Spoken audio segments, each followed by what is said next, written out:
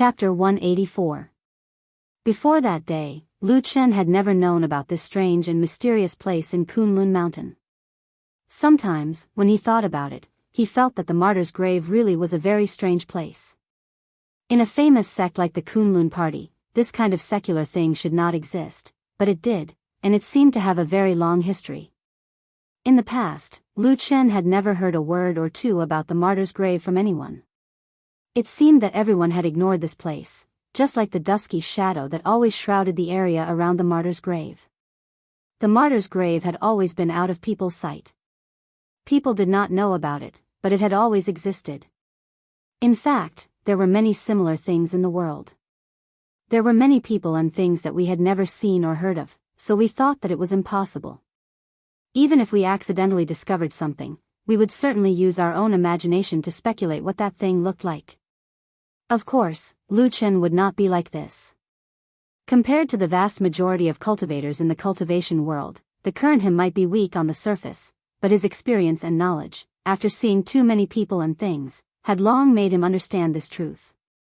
He was indeed surprised by the sudden appearance of the martyr's grave, but what he should do was not speculate, but carefully investigate. Abnormalities were demons, and the martyr's grave in Kunlun Mountain really seemed a bit too strange and abrupt. However, if it was really just a place that took in ownerless corpses, even if he had some doubts, he might not necessarily take the risk. The most important reason why he sneaked into the nameless mountain this night was of course because he saw He come here that day. He, this person, was now like a venomous snake hiding in the darkness, coldly and desperately searching for the whereabouts of the murderer. And coming to the martyr's grave must also be because he seemed to have discovered something here. What exactly did he obtain from the martyr's grave? Lu Chen was determined to get to the bottom of this. The shadow's patience was certainly unquestionable, but no one could question the shadow's ability to act. It was just like the battle in the desolate valley 10 years ago. No one had ever given him an order, and no one had ever told him what to do. However, at the most dangerous and critical moment, he had still acted decisively. His figure quickly moved forward in the darkness, but for some reason, perhaps because the night wind was too cold, he suddenly felt a chill in his chest. In the blink of an eye, it had been 10 years since he last saw her. That once beautiful face, along with the passage of time, seemed to be like all the memories in the world, gradually becoming blurry in his memory. The only thing that was still clearly engraved in his heart was her name. The curfew of the Kunlun Party was an ancient rule. No one knew how many years it had lasted, including all the Yuanyingzhenren. This rule had existed since the first time everyone climbed the Kunlun Mountain. Perhaps it was really decided by Kun Yuanzi and Tai Luo. But what was the point of setting a curfew? Lu Chen did not know.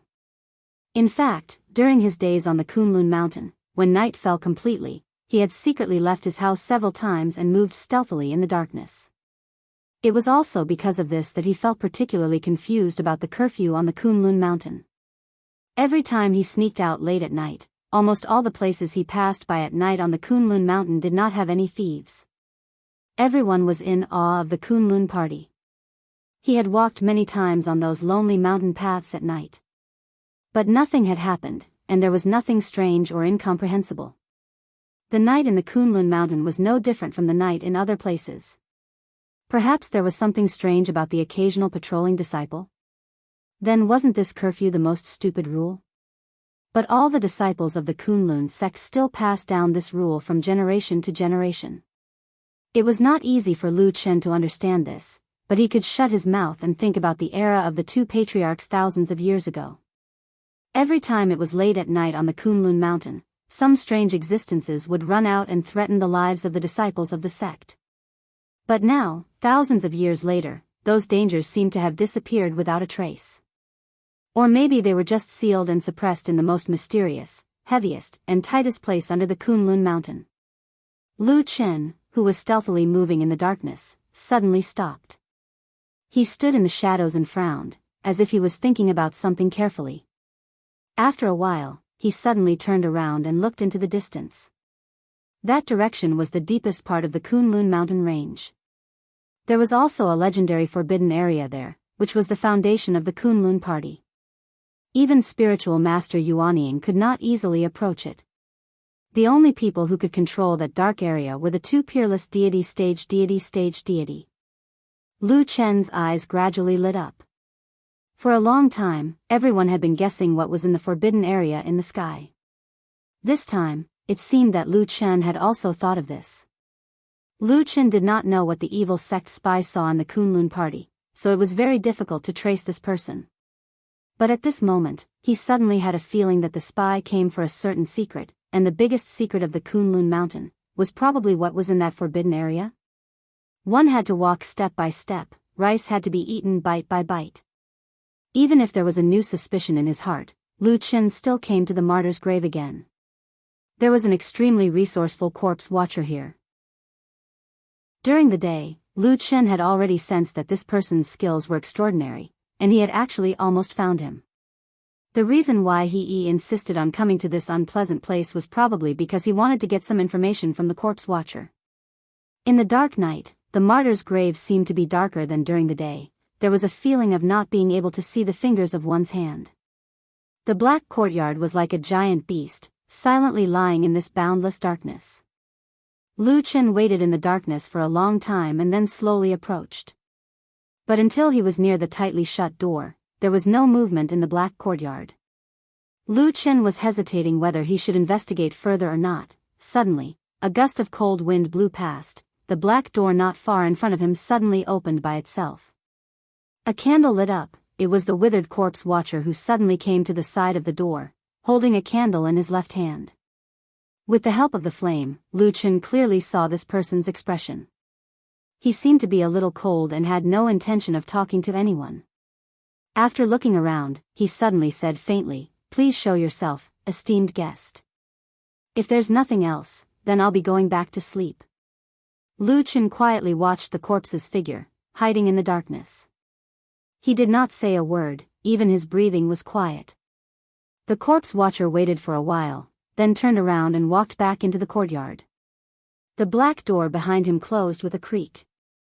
Lu Chen looked down at his own body. He did not find anything unusual, but he could not understand why he had fallen for this a few times in the past 2 days. The corpse watcher seemed to always be able to notice something was wrong in advance, but it seemed like he could not really pinpoint the enemy, so it was a little awkward. So now, should he go over? He stood in the darkness outside the righteous grave for 2 hours. He did not rashly walk forward. He only raised his head and looked out into the distance, looking at the majestic mountain peaks and the topography of this place. Before the 4th hour arrived, he suddenly turned around and left. At this time, the sky was still pitch black, but to be precise, another day had already passed. There were still 20 days until the next full moon. Lu Chen quietly left the righteous grave area, but what he did not know was that when he left, in the dark courtyard, the corpse watcher did not go to sleep like he said he would, but stood alone in the middle of the courtyard, as if he was listening to something.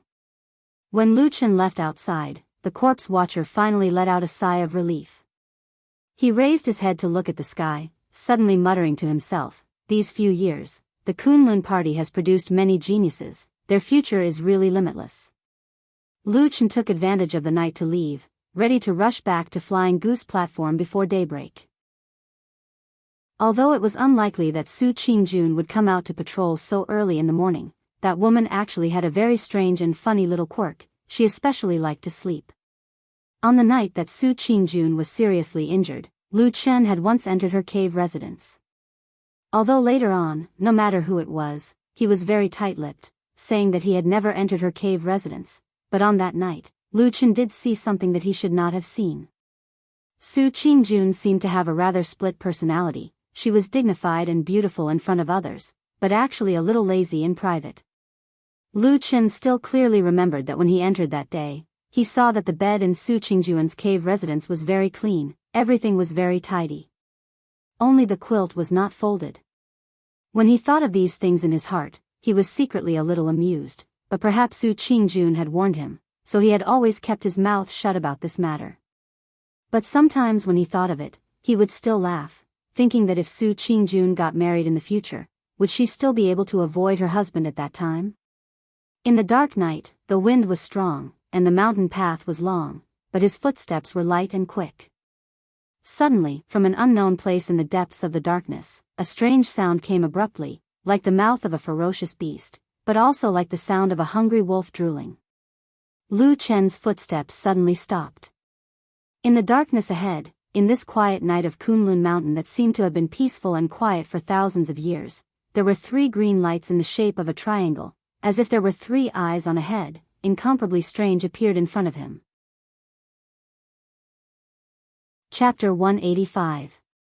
In the darkness, the shape of the monster's body could not be seen clearly. Only those 3 strange green eyes stared intently at Lu Chen.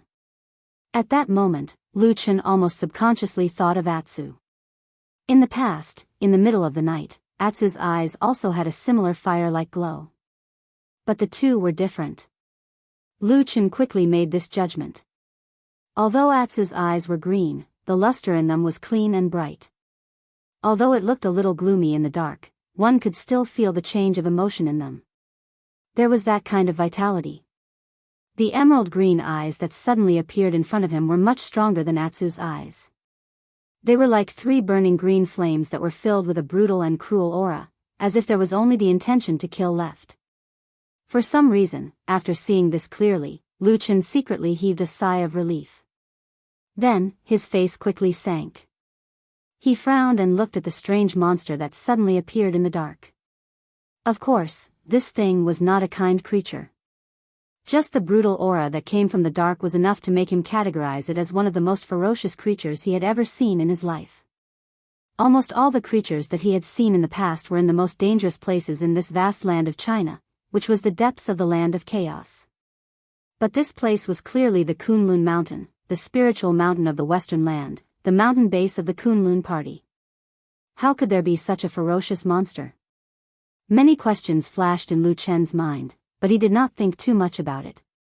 Because after the strange emerald green eyes confronted him for a moment, the monster seemed to be unable to suppress its desire for flesh and blood.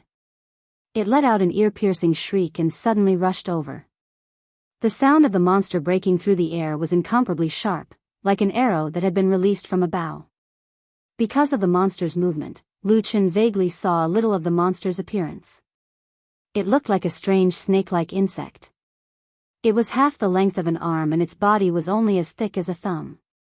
However, it had a strange head the size of a fist. The most eye-catching and most terrifying 3 green eyes were on the top of the monster's head. The whistling sound seemed to carry darkness with it as it rushed over. Lu Chen's face was as calm as still water. He took a step back and flipped his right palm. A black short sword appeared in his hand and he slashed it down. However, the strange insect's speed was so fast that it actually made a turn in mid-air and avoided the sharp blade. It even took advantage of the situation and flipped up from the blade. In an instant, it curled around Lu Chen's wrist. Then, it lowered its head and directly bit Lu Chen's wrist.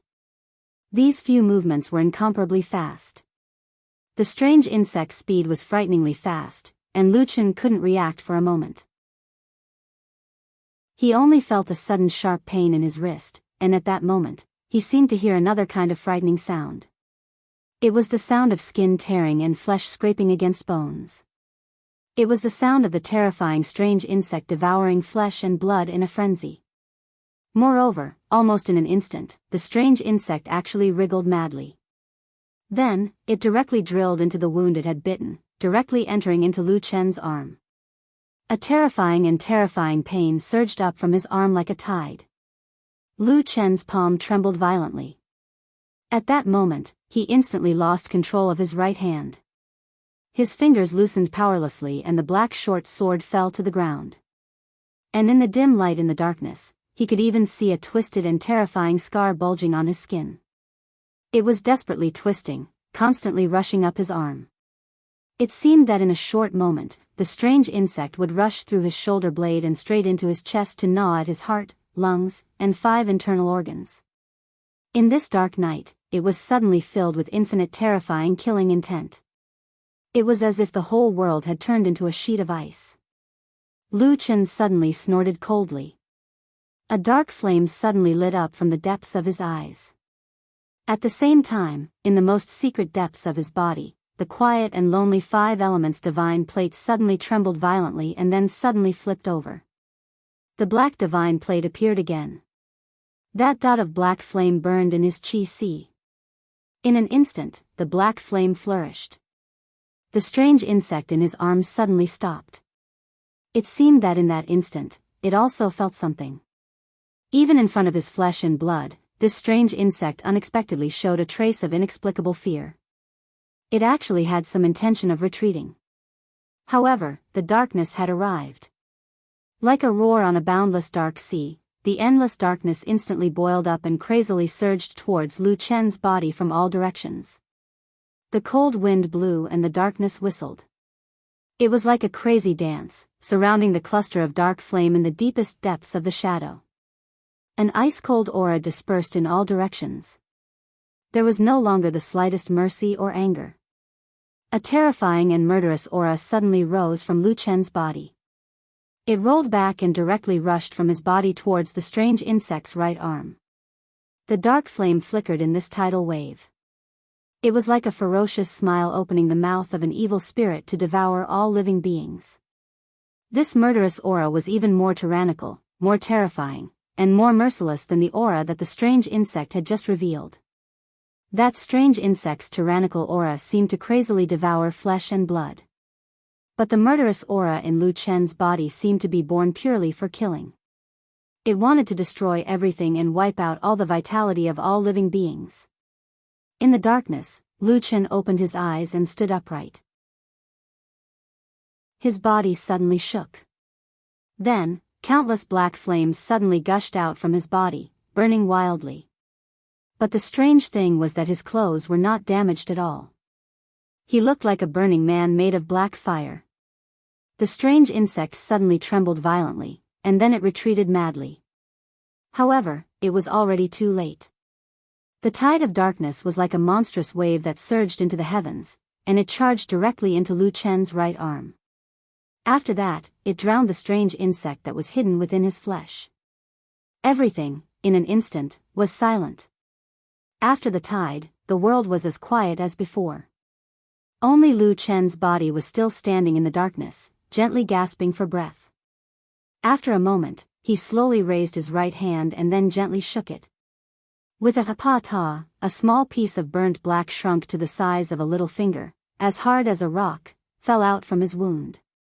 Then, it heavily hit the ground and rolled twice. The night wind was cold, blowing past his body. Lu Chen felt a chill from his forehead, neck, and back. Only now did he discover that in that instant, his entire body was covered in cold sweat. The black flames were still burning in his eyes. The tide of darkness was still surging in his body. He gently gasped for breath, feeling a trace of trembling. The surging black flames gradually calmed down. Then, they slowly retreated, shrinking back into his body. The night once again calmed down. Even the darkness became gentle, gently clustered around him, comforting his body. But at this time, in the strange black tide that was gradually returning to the energy sea, Lu Chen suddenly felt a trace of a different aura. It was a new aura with a murderous and tyrannical aura. It was the aura that the black flames had plundered after killing the strange insect. In the past, when he had this strange black disc, every time he killed a living being, a trace of a similar aura would be absorbed into the black flames on the black disc. Then, it would nourish and strengthen the black flames. Lu Chen didn't understand it, nor did he like this sort of feeling.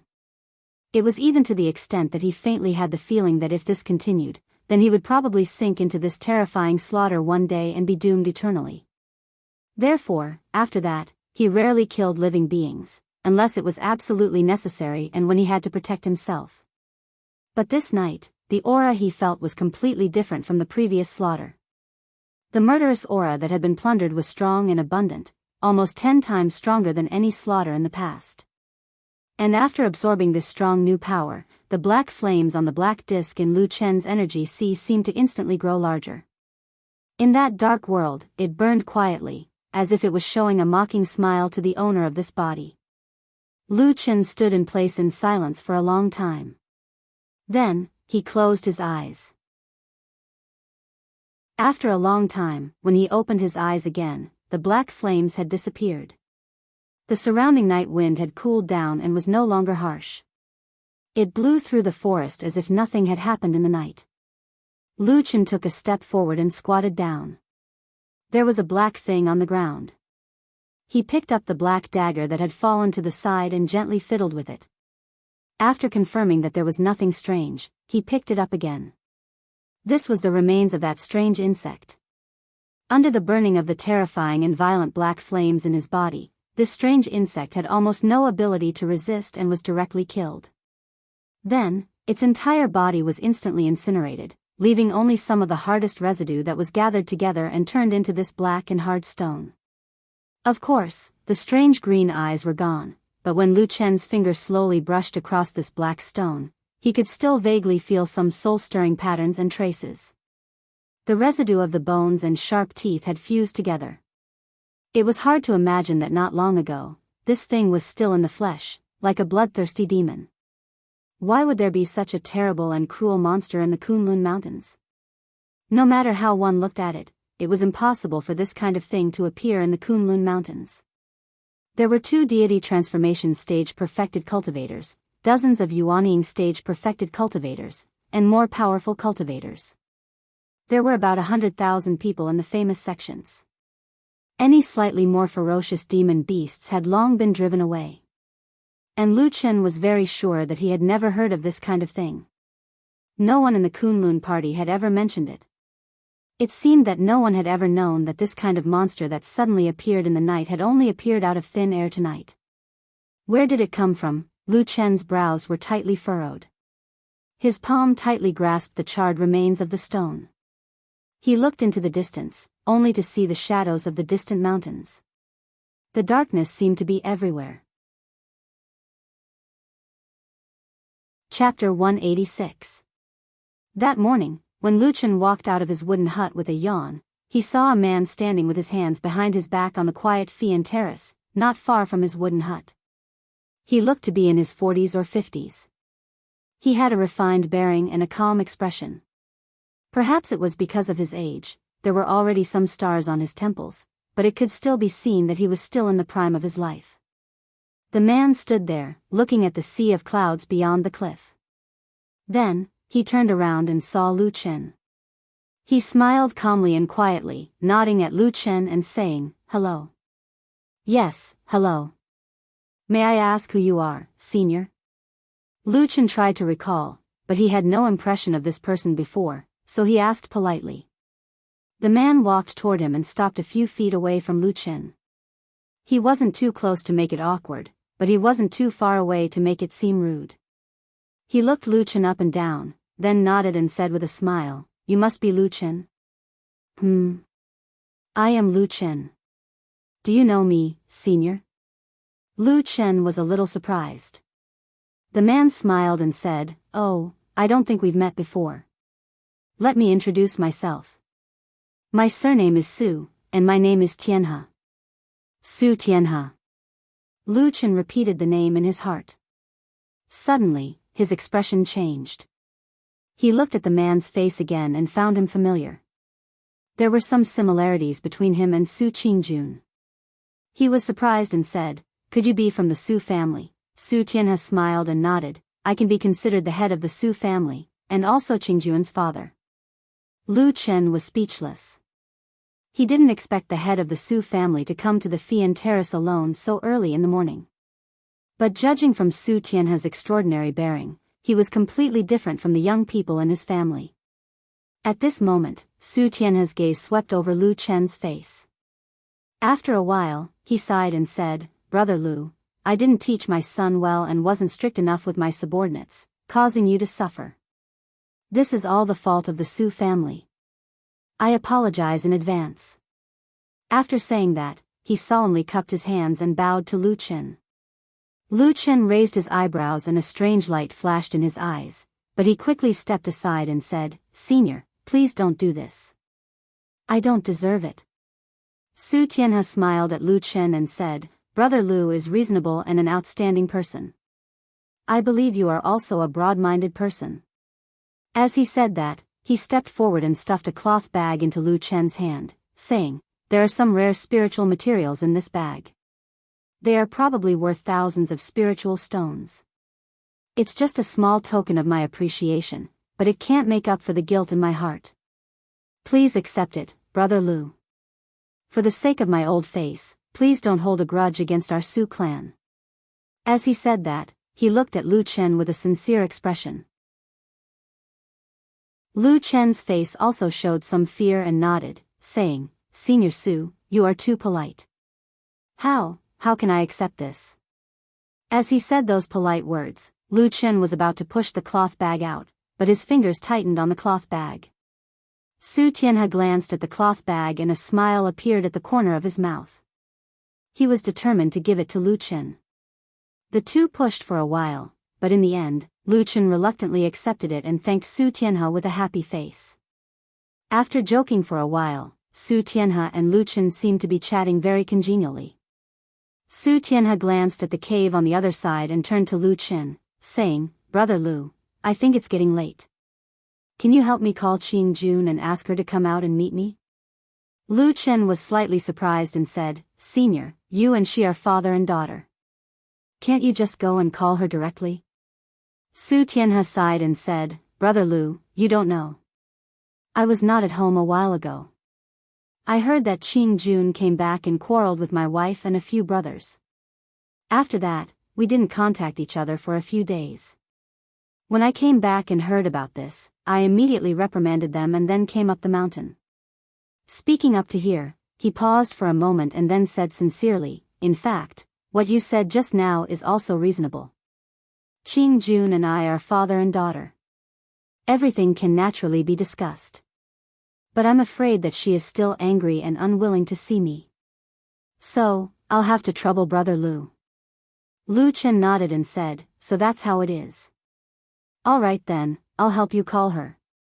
However, I have to warn you first that I don't dare to guarantee that she'll come out to see you herself." Su Tianhe laughed and looked relaxed, but there seemed to be a glimmer of light flashing in the depths of his eyes. He said with a smile, It seems that Brother Lu really understands Qing Jun. Do you know that it's a little difficult to call her this morning?"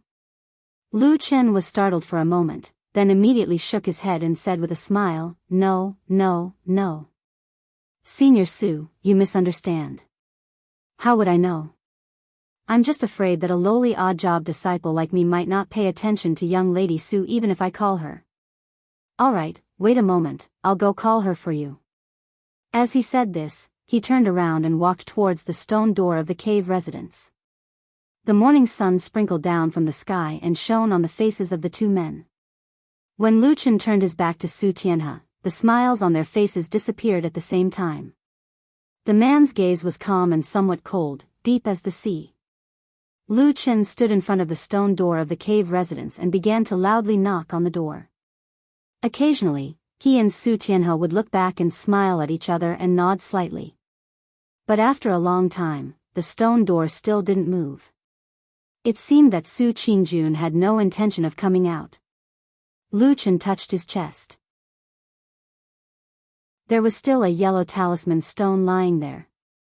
It was the heart-burning talisman that Su Qingjun gave him when he planted the eagle fruit tree. She didn't take it back later on. So these days, if he wanted to find Su Qingjun, he wouldn't knock on the door like this. But now he had no intention of using the heart-burning talisman. After calling for a while, he turned back to look at Su Tianhe and said somewhat helplessly, "Senior, you see." Su Tianhe nodded and pondered for a moment before saying to Lu Chen, "In that case, it's not good for me to stay here for a long time. Moreover, I do have some things to do in the city below the mountain, so I can only leave first. Brother Lu, when you see Qingjun, please help me tell her that I've come to see her. We're all family, so there's nothing that can't be said. Ask her to come down the mountain to see me when she has time." Lu Chen responded and said, "Senior, rest assured, I will definitely pass on the message." Su Tianhe smiled and cupped his hands, then turned around and left. From the beginning to the end, he was elegant and approachable, completely different from the other Su family members that Lu Chen had seen before. He was a person that made it difficult for people not to have a good impression of him. Lu Chen's brows furrowed slightly as he watched his figure gradually disappear into the distance. As usual, Su Qingjun waited until the evening of this day before she slowly walked out of the cave residence and strolled around the Fian Terrace. Lu Chen saw her and told Su Qingjun about Su Tianhe's visit during the day. After listening, Su Qingjun was silent. The expression on her face looked a little complicated, faintly a little annoyed, but also a little guilty and ashamed. Lu Chen saw the change in her expression and did not say much. He just truthfully repeated Su Tianhe's words to her and then walked away. In that evening, Su Qingjun stood on the edge of the cliff and looked at the sea of clouds for a long time. The position where she stood was exactly where Su Tianhe stood during the day. I heard that the most difficult thing to give up in this world is the affection between parents and children. Lu Chen said to Old Ma with emotion, unfortunately, I have never felt this feeling since I was a child. I don't know if it's so deep and hard to give up. Old Ma smiled and said, who said it isn't? But I didn't expect that you would tell that old man Su's words so honestly. I thought you would at least do something to it. Nonsense, I'm not that kind of person. Lu Chen said. Believe me, you are. Old Ma said. He then lowered his head and dodged a cup that Lu Chen threw at him. Then, he said with a smile, so, as a result of this message, Su Qingjun went down the mountain and went home today? Lu Chen nodded and said, she has been a filial daughter of a noble family for 20 years. Her parents are still alive. How can she really break up with them? Moreover, don't underestimate Su Tianhe. I think he is very shrewd and not easy to deal with. He is much better than his useless nephews. Old Ma said with a and said, yes, the Su family has been thriving these years, and Su Tianhe has contributed a lot. Lu Chen did not talk about this. They sat for a while, and Lu Chen suddenly said, how many days until the next full moon night? Old Ma was startled and said, why do you ask this? He said with a frown for a moment and then said, 19 days. Lu Chen was silent for a moment and said, can the damn Baldy come back before that day? Old Ma's eyes narrowed and his face suddenly became serious. He stared at Lu Chen and said in a low voice, what's going on? Could it be that the spy has made a move? Lu Chen hesitated and said, I can't be completely sure. As he spoke, he told Old Ma about the mysterious symbol he found in the forest that day and what he understood from it. In the end, he said, whether the traitor will appear that day or not, and whether he will meet me, I still can't say for sure. Old Ma thought for a moment and said, I will immediately report this to my lord, and then you come back in 3 days. How about it? Lu Chen nodded and said, okay. Old Ma still showed a trace of joy on his face and said, if we can find the spy so smoothly, we will be relieved. Lu Chen smiled and said, what's wrong? Could it be that you originally wanted to search here for more than 10 years? Old Ma thought for a moment and said with a smile, I don't need more than 10 years, but I really thought that it might take at least a few years. The two smiled at each other. After a moment, Lu Chen seemed to ask him casually, oh yes, you are quite knowledgeable. Have you heard of a strange insect with 3 green eyes, shaped like a small snake that devours flesh and blood? Chapter 187. Old Ma was stunned for a moment and said, what is it? Tell me in detail. Lu Chen told Old Ma about the appearance of the strange 3-eyed insect he saw last night in detail, but ignored the short but thrilling and extremely dangerous fight. Old Ma also frowned after hearing this. After pondering for a while, he shook his head and said, I have never heard of such a strange and ferocious creature in this world before. Well, I will help you check it later. Lu Chen knew that besides being well informed, Old Ma also had all kinds of connections. For so many years, he had no confidence in Old Ma, but his confidence in this aspect had never wavered. He nodded and said, okay. Old Ma pondered for a moment, and suddenly showed a trace of doubt on his face. He looked at Lu Chen and said, strange. This kind of monster is so cruel, and it must have killed many people. How could it appear in a place like Kunlun Mountain? Lu Chen also nodded and said, yes, I also thought of this last night, but but I also couldn't figure it out. And I've been on the mountain for so long, but I've never heard of anyone talking about this kind of monster before. Even earlier, there was no news about it. It should have just appeared suddenly. Old Ma's face suddenly darkened, and he lowered his voice and said softly, "Is it really so coincidental? Could it be that someone has their eyes on you?" Lu Chen also fell silent. After a moment, he said, "It shouldn't be. At present, the Su family was the only one who was unhappy with me. However, with Su Qingjun around, they wouldn't dare to act recklessly. Not to mention that Su Tianhe had personally come to the Flying Goose Terrace once. It was obvious that he wanted to ease the relationship between father and daughter.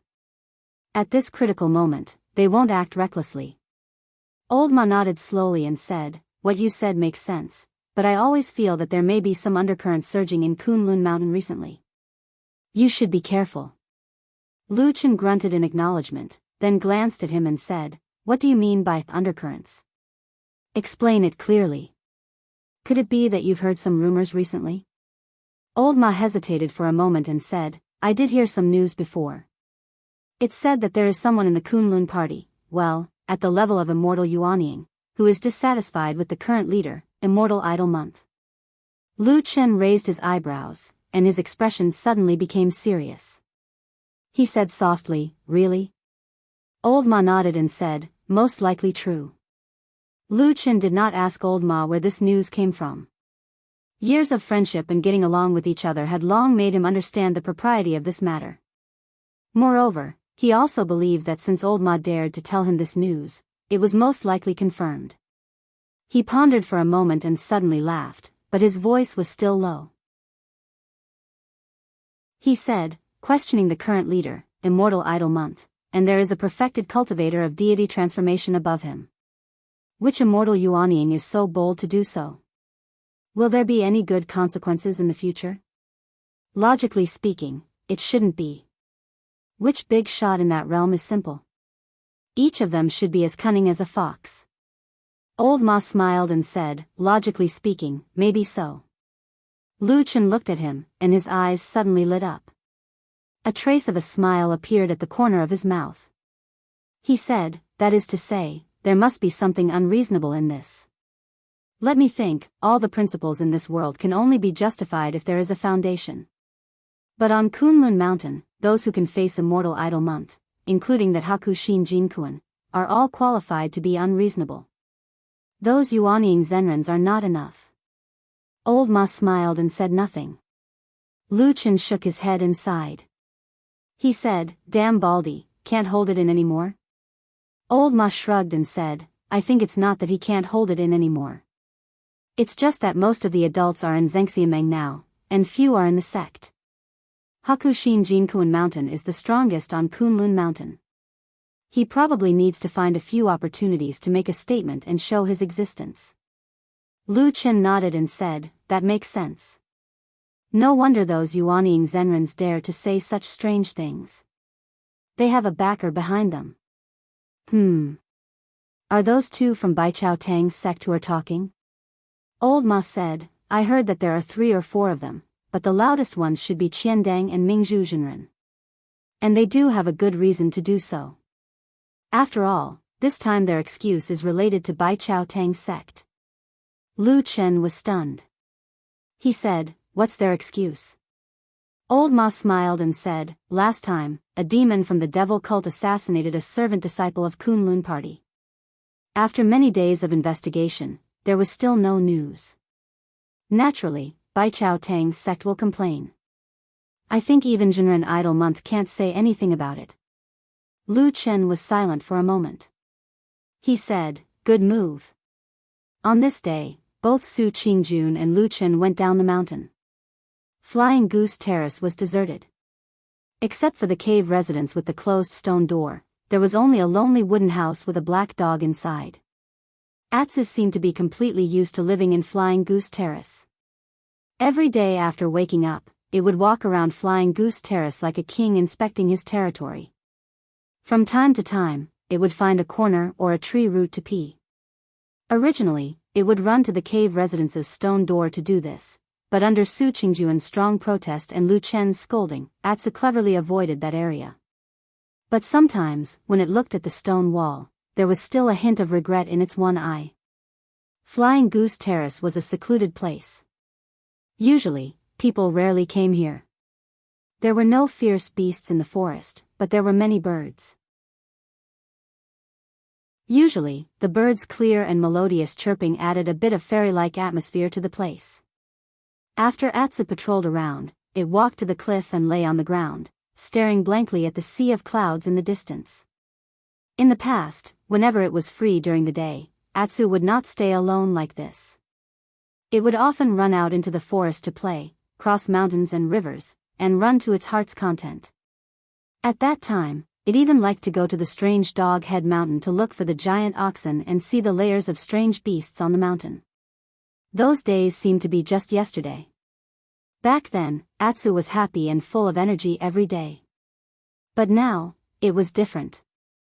Atsu no longer looked for oxen, and it no longer went to the Dog Head Mountain. It even rarely entered the forest.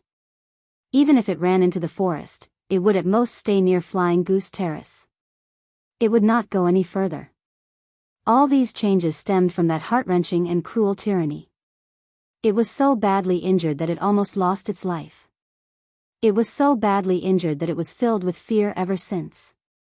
Since that dark night, Atsu almost no longer trusted anyone other than Lu Chen. Perhaps Exian was an exception. It also stopped looking for the strange beasts in the forest. When it recovered and went to the Dog Head Mountain again, Atsu found that the strange beasts looked at it in a different way. The respect they once had was gone. Instead, it was replaced by mockery, contempt, and ferocity, who would look up to a dog that was covered in wounds and had only one eye and half of its tail left. When it passed by, the tiger roared at it. The crane pecked its head with its beak. The monkey grabbed a branch and swung it across the sky, reaching out to grab half of the dog's tail and laughing crazily. There were even more beasts that looked on coldly. No matter how the black dog wailed, they were indifferent. Occasionally, when the dog fell in front of them, they would kick it. In all the forests in the world, the strong preyed on the weak. If the strong were to be respected, who would sympathize with you when you were crippled and suffer? Atsu once looked up at the peak of the mountain. The huge figure was lying there as usual. It looked like it was sleeping, but it also looked like it could not be bothered to care about these trivial things. After that, Atsu left that place and never returned. Since then, it stayed by Lu Chen's side even more. Even if it was a dark night, it would curl up next to Lu Chen to sleep. That day, the sun was warm. It shone on the sea of clouds and the black dog's body. Atsu yawned lazily and lowered its head to the ground. It felt a little bored. It glanced at the mountain path that led down from the Flying Goose platform. There was no one on the mountain path. It knew that there was still some time before Lu Chen returned. A few crisp chirps of birds came from the forest. Atsu thought for a while, then got up and walked toward the back of the mountain. It seemed to have a love for the forest in its body. It liked the feeling of being in the forest. Walking into the forest behind the Flying Goose platform, there were old trees and vines that had grown for many years everywhere. The air was filled with a fresh scent, which made Atsu feel much better. It sniffed everywhere and seemed to be happy. Even its footsteps became lighter. Just like that, it walked and stopped, running and jumping. The changing light and shadow in the quiet forest was like a paradise that belonged only to the black dog. Suddenly, Atsu stopped in its tracks. It raised its head and stared ahead with its only eye. There was a big rock next to a big tree over there. A figure stood under the rock. At that moment, it heard the noise and turned to look. When its gaze swept across Atsu, it smiled. It was White Lotus. This mysterious and beautiful fairy-like girl suddenly appeared in the forest behind the Flying Goose Terrace. At first glance, she seemed to be a beautiful fairy in this emerald green forest, but for some reason, there seemed to be a trace of an indescribably strange aura about her. She smiled and waved at Atsu. Then, she lay on the rock and looked forward, as if she was secretly peeping at something. Atsu was a little hesitant. It instinctively wanted to step back, but after a moment, White Lotus waved at it again.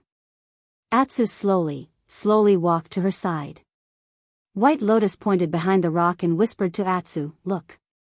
Atsu also became a little nervous. It secretly poked its head out and saw that in the open space in the forest about 6 feet behind the rock, there was a guinea pheasant standing on the ground, looking for food in the fallen leaves with its head down. It was also at this moment that Atsu suddenly heard a soft and somewhat bewitching voice, like the whisper of the devil floating beside it. The pheasant's meat must be delicious. Atsu's body suddenly tensed up. Chapter 188. In the quiet forest, White Lotus and Atsu were like thieves, sneakily hiding behind a big rock, peeping at the pheasant that was foraging for food in the forest in front of them. The pheasant looked very beautiful, with beautiful pearl-like spots dotted on its bright feathers. Its long tail feathers kept moving up and down, sweeping across the forest in a stunning arc. Atsu watched for a while, then retracted its head and turned around to leave. However, a small white hand stopped it. White Lotus looked at it with a faint smile on her face, then gently hugged Atsu's neck. For some reason, Atsu was wary of almost everyone except Lu Chen and Exian, but only in front of this White Lotus. Although it was not very close to this little girl, it did not react too strongly to White Lotus's various actions. Right now, Atsu was somewhat obediently pulled back by White Lotus. It's only I was looking at White Lotus's overly beautiful face, and its eyes flashed with a little uneasiness. White Lotus pressed it down and sat behind the rock, ignoring the dirt on the ground. She just smiled, then moved closer to Atsu's ear and whispered, "I think, you are a different dog. There are some strange things about you that I have never been able to figure out."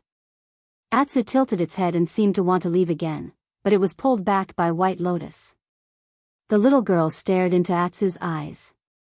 Although this black dog was ugly and fierce, she did not have the slightest disgust or contempt. In fact, there was a rare trace of gentleness in her eyes. She just smiled and whispered, "You should be more than this, Atsu. I don't know why you don't eat blood and living things." She gently raised her body and glanced at the gap in the rock.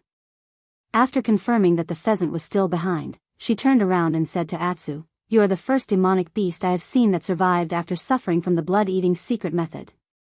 Do you know what this result means?" She clenched her fist and waved it in front of Atsu, saying, "In those dirty barbarian tribes, demonic beasts like you have another name. Holy beast." White Lotus said with a smile, then gently touched Atsu's head. Kunwa City, Black Hill Pavilion. Lu Chen stood up and said to Old Ma, "It's getting late. You keep an eye on these things first. Later, we will." Before he finished speaking, Old Ma stretched out his hand and stopped him, saying, "Don't go yet. I still have something to tell you." Lu Chen said, "What is it?" Old Ma said, "I found he gang." Lu Chen raised his eyebrows. He glanced at Old Ma, then sat down again and said, "Where?" Old Ma said, "In this Kunwa city." Lu Chen smiled and said, "Good. Fatty, your methods are more powerful than I thought." Old Ma said modestly, "You flatter me. This is my job. It's my duty. There's no need to make a fuss about it." Lu Chen snorted and said, "Hypocrite. There really aren't any good fatties these days. Hey." Old Ma couldn't take it anymore and said, "How can you be like this? You always become hostile and scold people. Although some people have wronged you, not all fatties are like this. Let me tell you, fatties also have dignity." Old Ma said righteously. "Oh, I'm sorry," Lu Chen said. Old Ma was stunned for a moment. He didn't expect Lu Chen to admit his mistake so straightforwardly. For a moment, he felt a bit embarrassed and said with a hollow laugh, It's actually nothing." "It's nothing." Lu Chen smiled faintly and looked at Old Ma without saying anything. Old Ma suddenly felt a bit scared when he was looked at like this. He subconsciously took a step back and said, What are you thinking? I'm telling you, don't mess around. Fatties aren't easy to deal with. I'm telling you." Lu Chen walked forward and patted his shoulder. He suddenly sighed and said softly, "Old Ma, it's my luck to have you accompany me for more than 10 years. He paused for a moment and then said word by word, "Thank you." Old Ma was stunned for a moment and then slightly lowered his head. After a moment, he suddenly laughed, but his laughter was a bit hoarse. He scolded with a smile, "Thank you, my ass. Do you think I really wanted to accompany you? Wasn't it because I had no other choice? I'm telling you, you owe me a lot of favors for more than 10 years. Oh, did I? Lu Chen asked. Nonsense, of course I did. How many times have I helped you? How many times have I saved you? If I exchanged all of that for spirit stones, it would be enough for us to buy a street in Kunwa City. Is it actually so valuable? But why do I feel that even if the two of us added up, we wouldn't be able to exchange for a single shop in Kunwa City? Not to mention an entire street. Oh.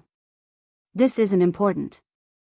Old Ma rubbed his head and very calmly threw this awkward question to the back of his mind. Then, it could be seen that his mood suddenly became very good. He had a very happy smile on his face. He laughed and reached out to pat Lu Chen's shoulder, but he quickly withdrew his hand.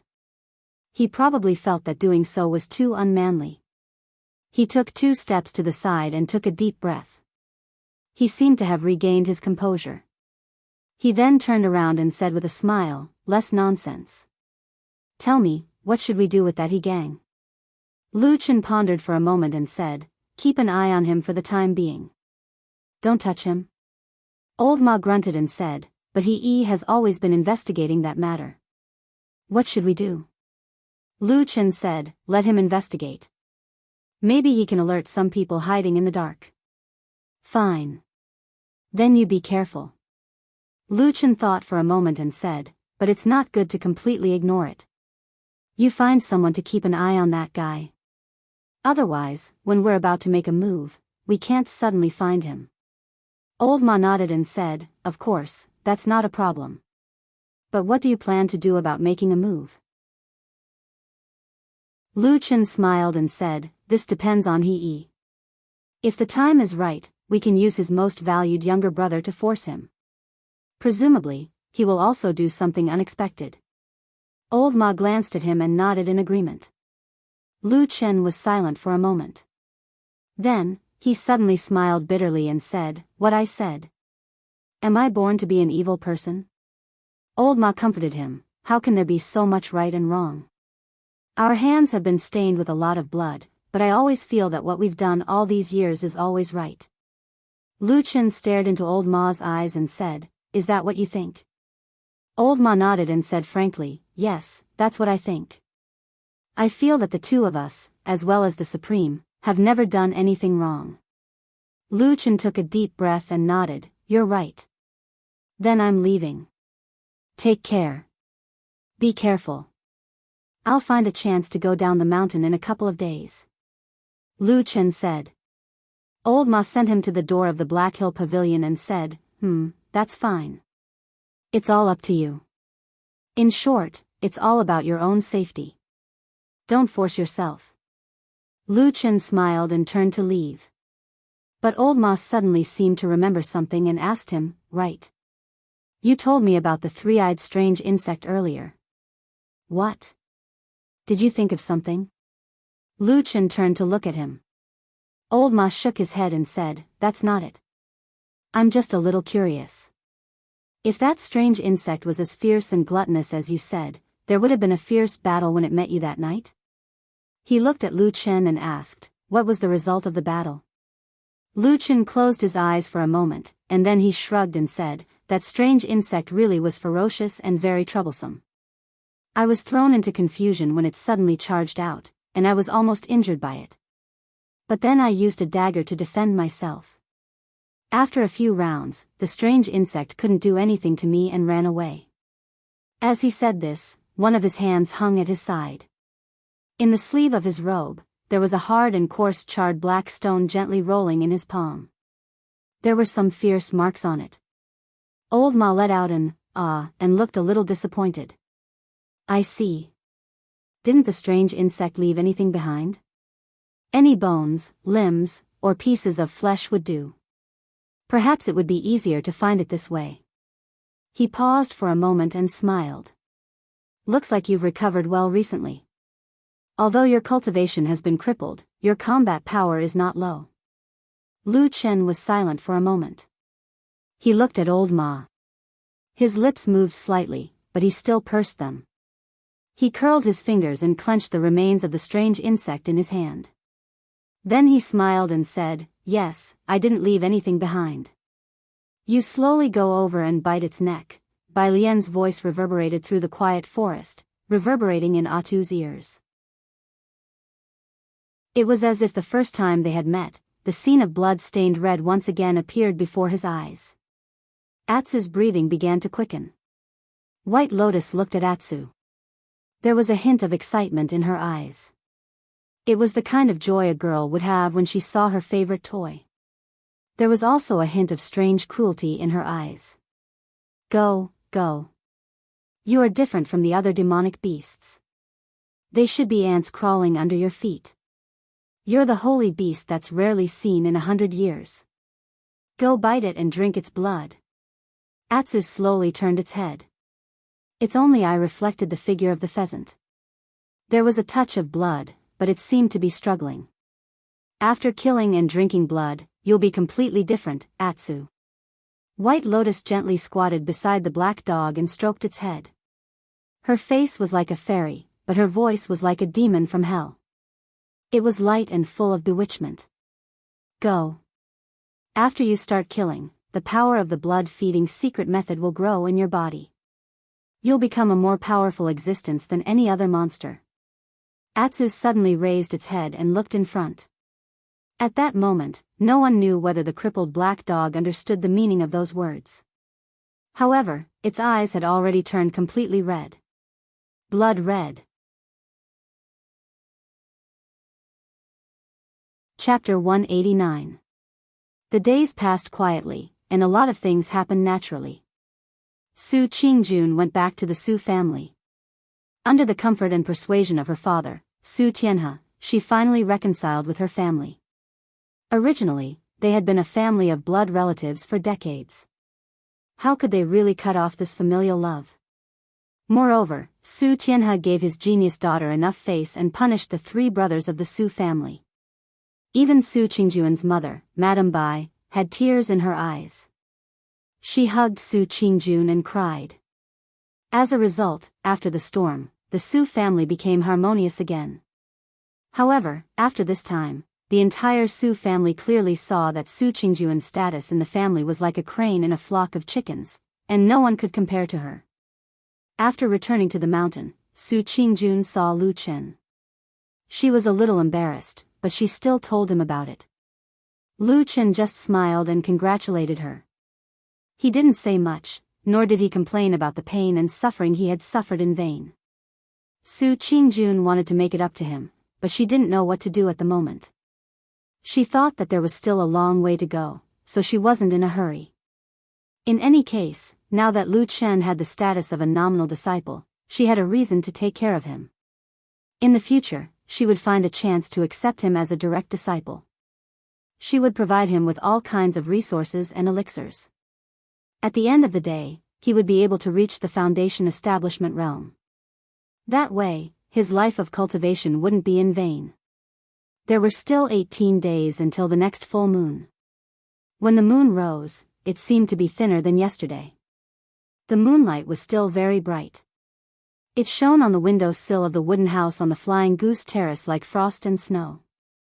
Lu Chen lay on the bed and quietly looked at the night outside the window. After a while, there was a slight movement in the darkness. Atsu walked over and leaned against him. He lifted his front feet and placed them on the window sill. He also looked at the moon outside. The moonlight shone on the man and the dog, and it was as soft as water ripples. Lu Chen reached out to touch Atsu's body and found that the black dog was staring at the moon in the sky in a daze. Its only eye was shining with an inexplicable brilliance, like a black, transparent gem. There was a hint of loneliness in his gaze. He looked forward to it. Lu Chen looked at Atsu quietly and did not disturb it. After a while, Atsu turned around and looked at Lu Chen again. Under the moonlight, Atsu's single eye flickered and gradually became gentle. Then, it obediently lay down beside Lu Chen, snuggled up to him, closed its eyes, and fell into a deep sleep. Lu Chen closed the window and darkness descended upon the room. For a moment, he suddenly wished he had a mirror so that he could look at his own face and eyes. Because just now, he suddenly felt an inexplicable sense of familiarity from Atsu's gaze. It was just like him 10 years ago. These few days, when it was late at night, Lu Chen would secretly go out and walk through the mountain paths of the Kunlun Mountains in the dark, carefully testing the boundless darkness. However, the strange strange insect never appeared again. That soul-stirring and dangerous encounter that night seemed to be an accident, or perhaps it was just an inexplicable coincidence. If it were not for the fact that Lu Chen was still holding a hard, charred stone in his hand, the scene that night might really be like a dream and not real. However, the rough feeling of the black stone in his hand kept reminding Lu Chen of the evil behind the stone. When it was late at night, when even Atsu was immersed in dreamland, Lu Chen quietly left Flying Goose Terrace and walked into the deep night. He did not tell Old Ma the whole truth about the strange three-eyed insect, especially when he had already killed such a monster. Because once he told him, it would inevitably involve the biggest secret in his body at the moment, the unprecedented black divine disc, and the horrible nature of robbing vitality to grow. He did not want others to know. Perhaps he had been a shadow for too long and was no longer used to trusting others. Even when it was Old Ma who he could entrust his life to, he instinctively wanted to keep the last bit of the secret, as if he was hiding his last trump card. If the strange three-eyed insect did not appear, the matter would have ended without a hitch. Perhaps it was really just a strange monster that came out of nowhere. However, could there really be such a coincidence in this world? In the vast Kunlun Mountains, the strange three-eyed insect did not look for anyone else, and it just happened to meet him. Lu Chen had been a shadow for many years, and he no longer believed in coincidences, including this time. Therefore, he had been thinking hard about this matter, thinking over and over again, trying to find out what was different about him or what was so eye-catching about him. But after thinking about it, he found that he seemed to have only one secret, which might be different enough to attract such a monster. It was still the mysterious black divine disc in his ocean of energy.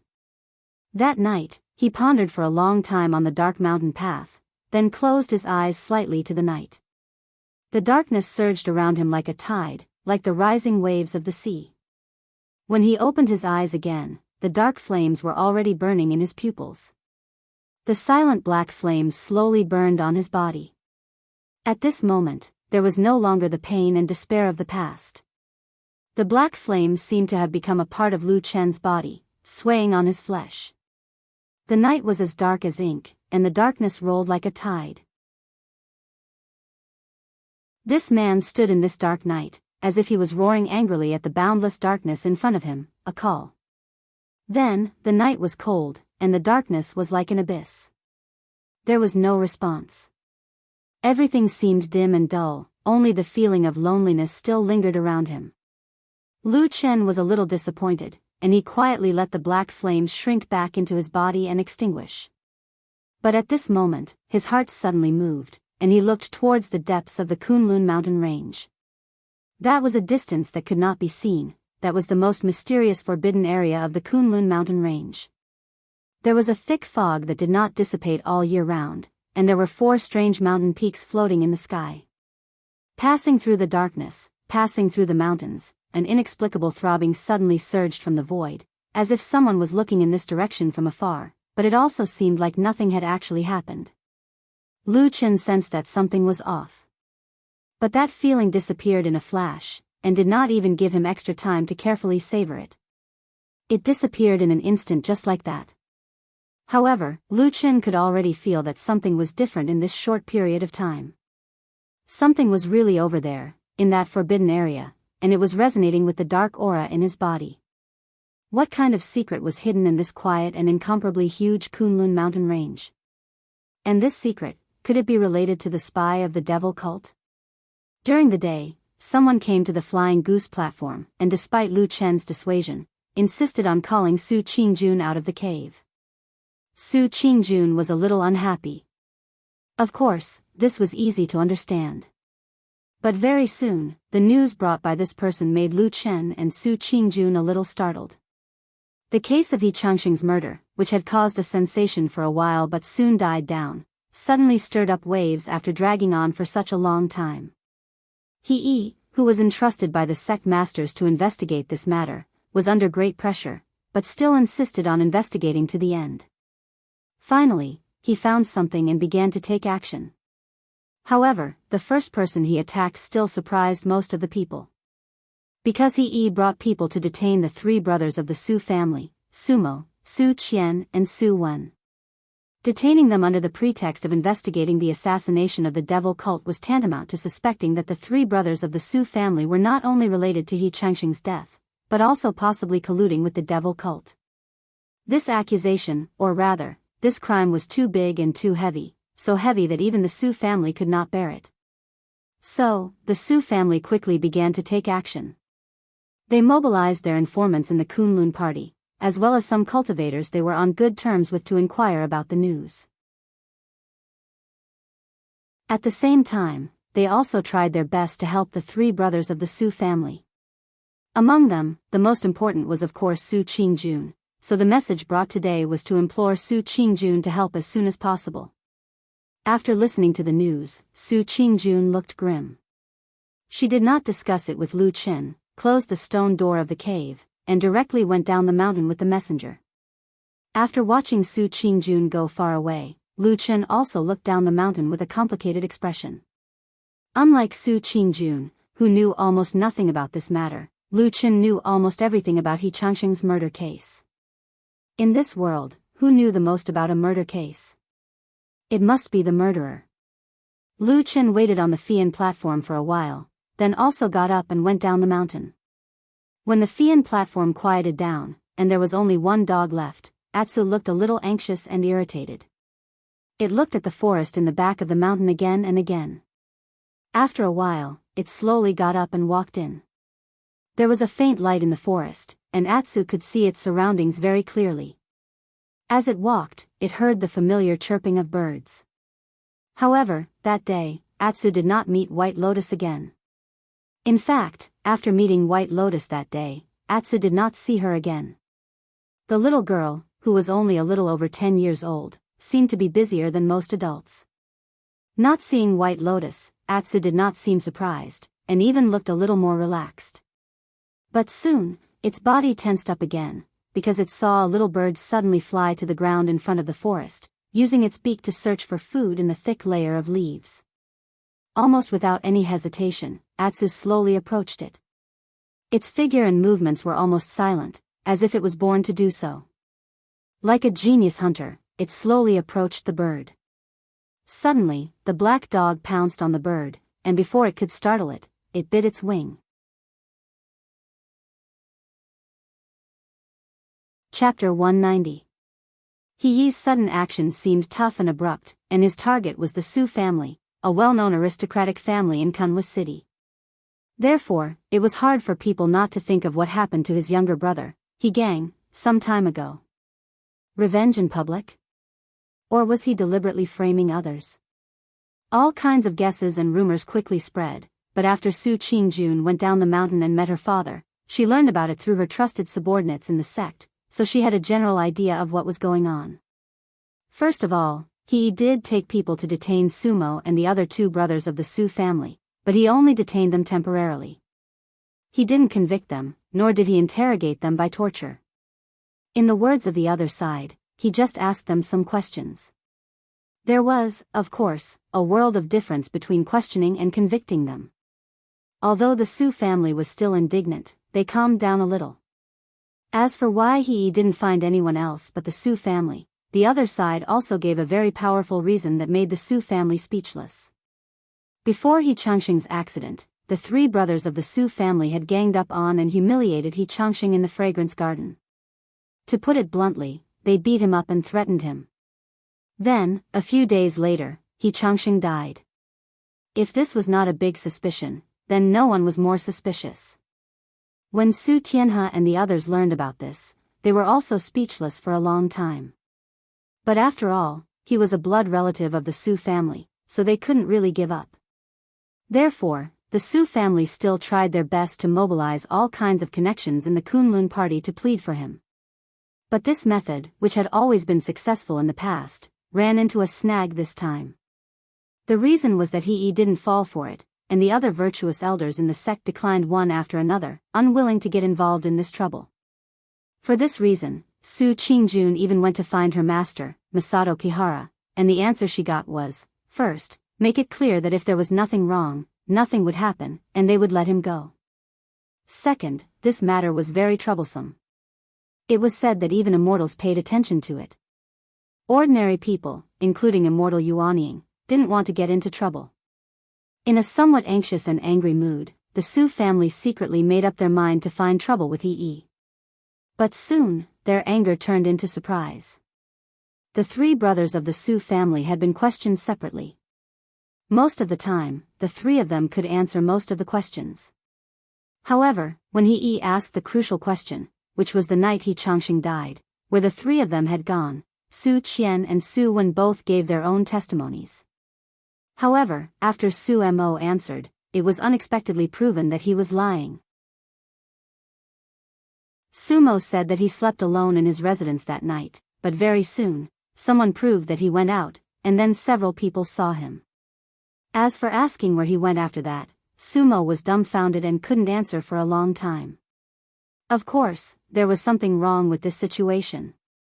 Needless to say, Su Qian and Su Wen were released, but only Su Mo was detained. But this time, it wasn't so polite. She was directly detained in a secluded quiet room, which was equivalent to being locked up. After that, there wasn't much news, but as it spread, it gradually became dark. Because it was said that He was eager to make a contribution, and planned to, or had already started to try to use torture on Su Mo. Retribution in the present, retribution in the present. Lu Chen arrived at the Black Hill Pavilion opened by Old Ma in Kunwa City. Listening to Old Ma's gloating tone, Lu Chen couldn't help but shake his head and say, "Don't be too happy. We still don't know whether this news is reliable or not. It's all spread by others. Who cares?" Old Ma laughed and said, "In any case, I've long disliked that guy Sumo. It's best if he suffers a bit more. Unfortunately, my identity is limited, otherwise I really want to go and see with my own eyes." Lu Chen waved his hand. He was too lazy to argue with Old Ma about these things. He sat there and pondered for a moment before saying, "This time, He acted without any warning. Almost no one knew about it beforehand. It feels a bit strange. It seems like he suddenly got hold of some information, so he began to vigorously investigate." Old Ma frowned and the smile on his face faded a bit. He looked at Lu Chen with a hint of worry and asked in a low voice, "What's wrong? Is there any danger?" Lu Chen shook his head and said, "Not yet.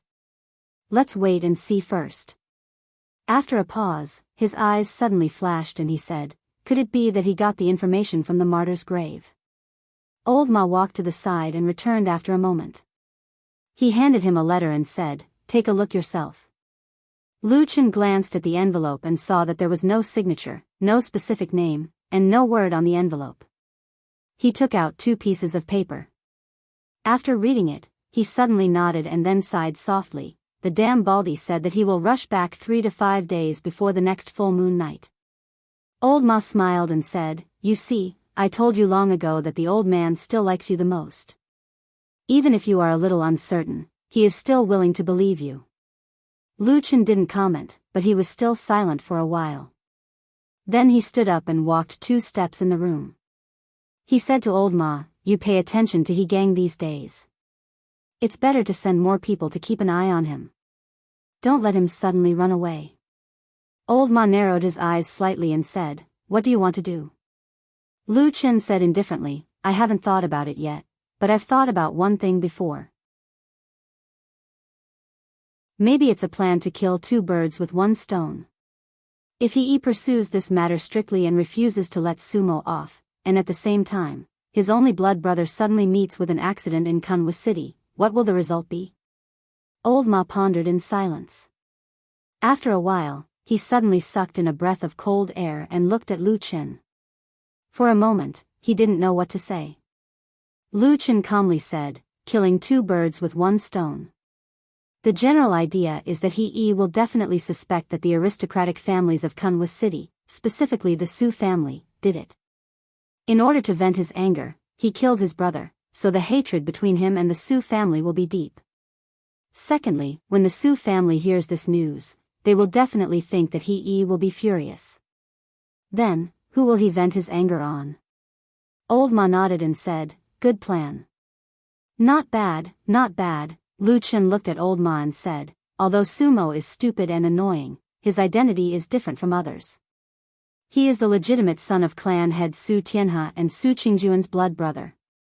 The Su family will absolutely not tolerate anything happening to Sumo. But Old Ma seemed to want to say something, but he was stopped by Lu Qin. Lu Qin didn't have any intention of speaking loudly. He just said to him very calmly, in the next few days, arrange for someone to go there and do it cleanly.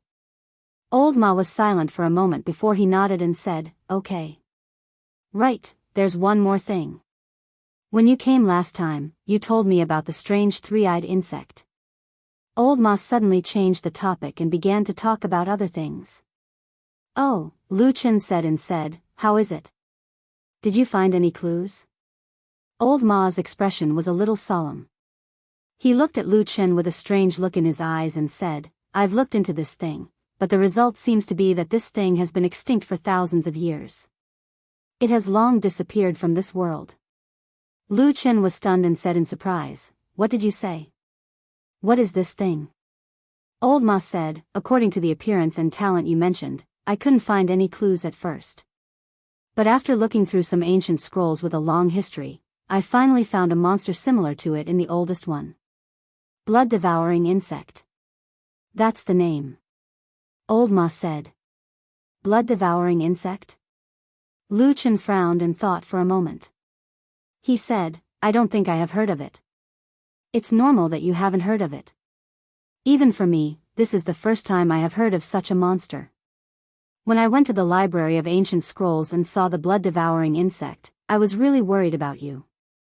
Lu Qin said, why do you say so? Old Ma didn't answer and asked, do you still remember the legend of the two founders of the Kunlun party occupying the spirited mountain of Kunlun and establishing the sect? I remember. The senior brothers and sisters in the Kunlun party had told this story countless times, but there were always people who forgot it. Old Ma nodded and said, it is related to that.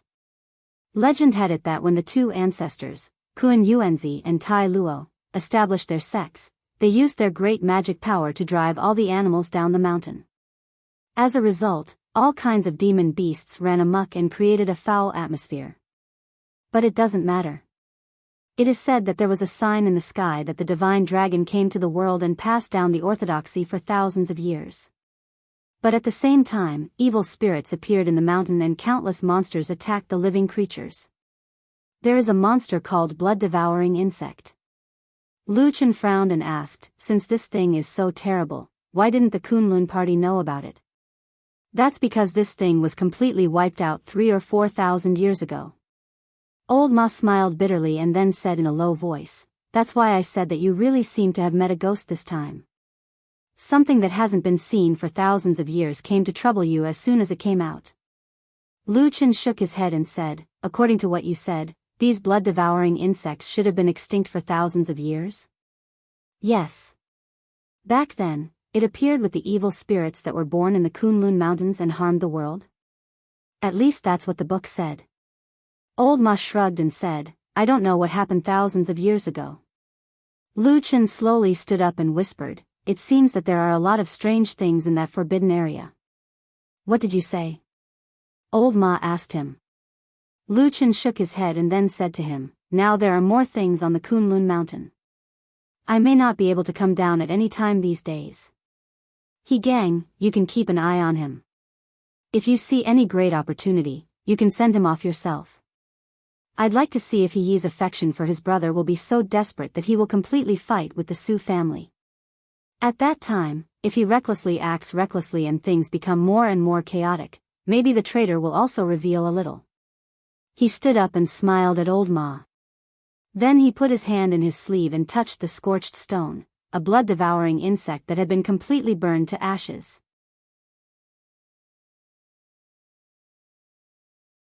Chapter 191. There were still 16 days until the next full moon night.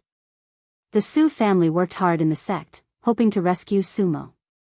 Because no matter what, they didn't believe that Sumo, who had been pampered and spoiled since she was a child, would have any relations with the cruel and vicious evildoers of the devil cult. In fact, it wasn't just the Su family who thought so.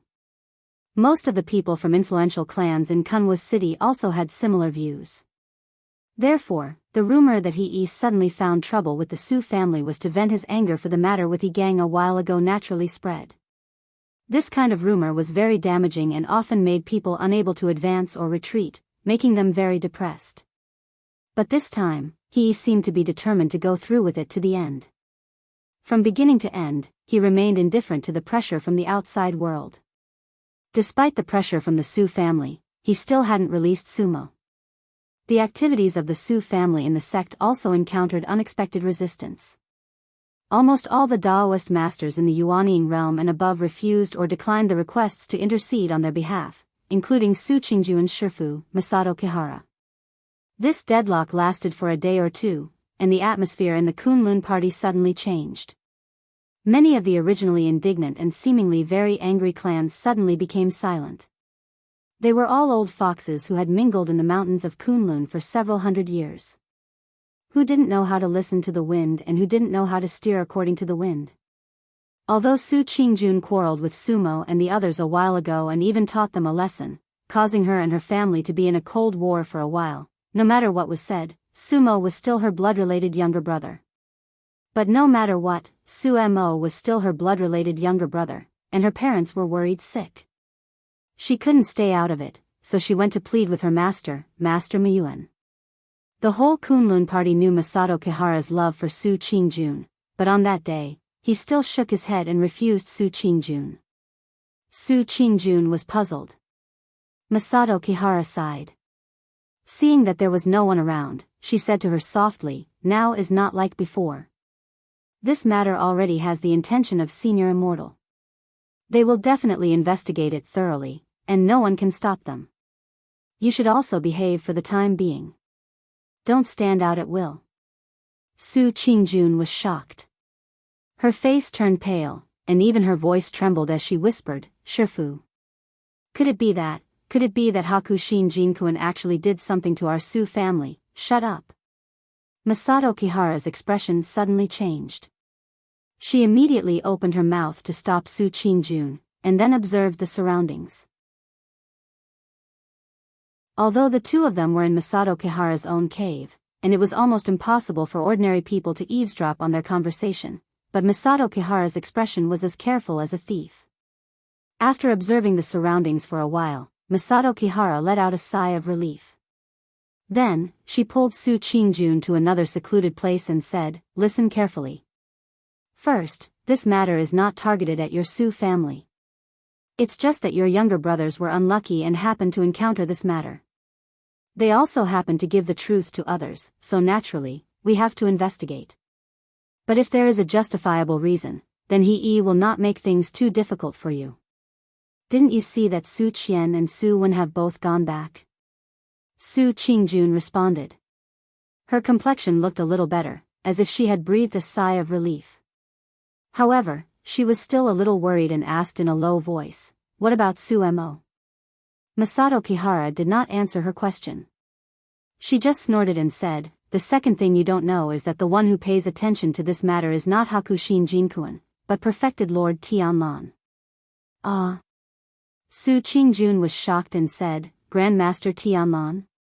How could he?" Masato Kihara said with a sullen face, "Although martial uncle Tianlan is not often in Kunlun Mountain, he is after all one of the two supreme perfected gods of Huashan realm in our sect.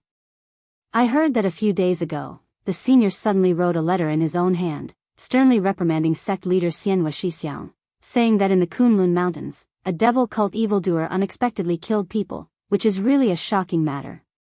Moreover, after many days of investigation, there is still no progress, which is even more incompetent. Su Qingjuan's beautiful face turned pale when she heard this. Although she had not yet reached the highest level in the cultivation world like Shinrin Yuanying, she had been influenced by aristocratic families since she was a child, and because of her outstanding talent, she had followed Masato Kihara for a long time, so she still knew some of the changes in the sect. At this moment, she subconsciously covered her mouth with her hand and said in surprise, "Grandmaster Tianlan, how could he speak to a mortal sect leader like this?" Masato Kihara smiled and said, "He is a perfected god of Huashan realm, and also the martial uncle of Idle Month. Of course he is qualified. Didn't you see that although Idle Month was unhappy at that time, he still gritted his teeth and endured it?" Su Qingjun was a smart person, and she quickly thought of another matter. She whispered, "Then Grandmaster Bai Qin," Masato Kihara said lightly, "in this kind of matter, it is impossible for martial uncle Bai Qin to come forward and say anything." Su Qingjun nodded, but there was still a worried look on her face. Masato Kihara glanced at her, sighed, and said, "Qingjun, you know that our Tieji is weak. Now there are undercurrents in the sect, and the open and secret struggles are all on the Kuinji side. Not to mention other things, just the two perfected gods, who are in the open and in the dark, are not people we dare to get involved in at all. Otherwise, if those two get angry, the consequences will be unimaginable." Su Qingjun nodded silently and didn't say anything else. Masato Kihara thought for a moment and comforted her, "But in my opinion, if your brother really didn't do anything, he will suffer a little at most. It shouldn't be a big deal." Su Qingjun suddenly raised her head and said, "Master, is that true?" Masato Kihara smiled and said, "Now that perfected god Tianlan has suddenly come forward to put pressure, even sect master Idle Month martial uncle can't take it, let alone a little disciple. Therefore, they must give an explanation.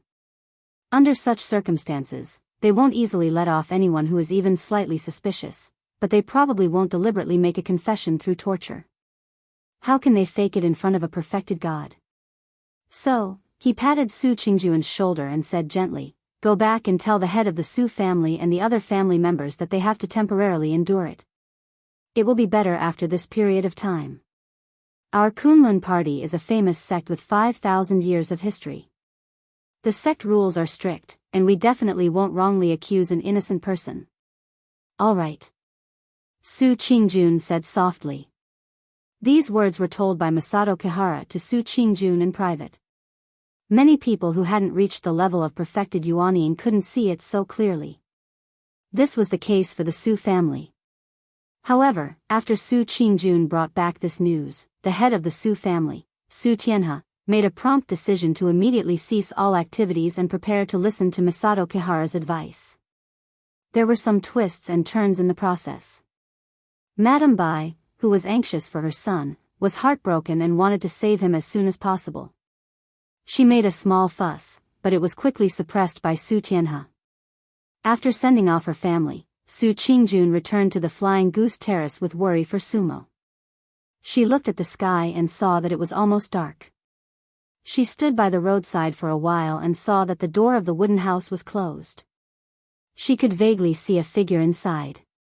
She seemed to want to go over and say a few words, probably to chat with Lu Qin.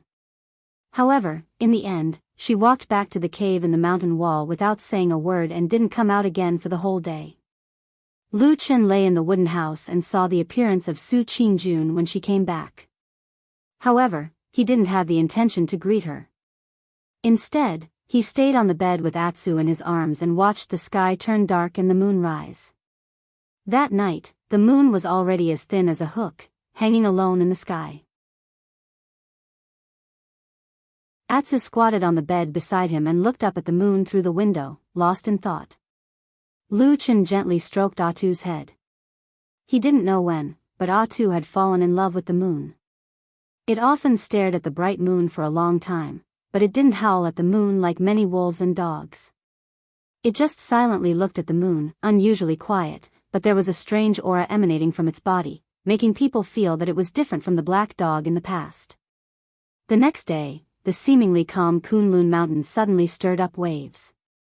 Before noon, Sumo, who the Su family was worried about, had not been released, but he sent someone to ask a few people to his place.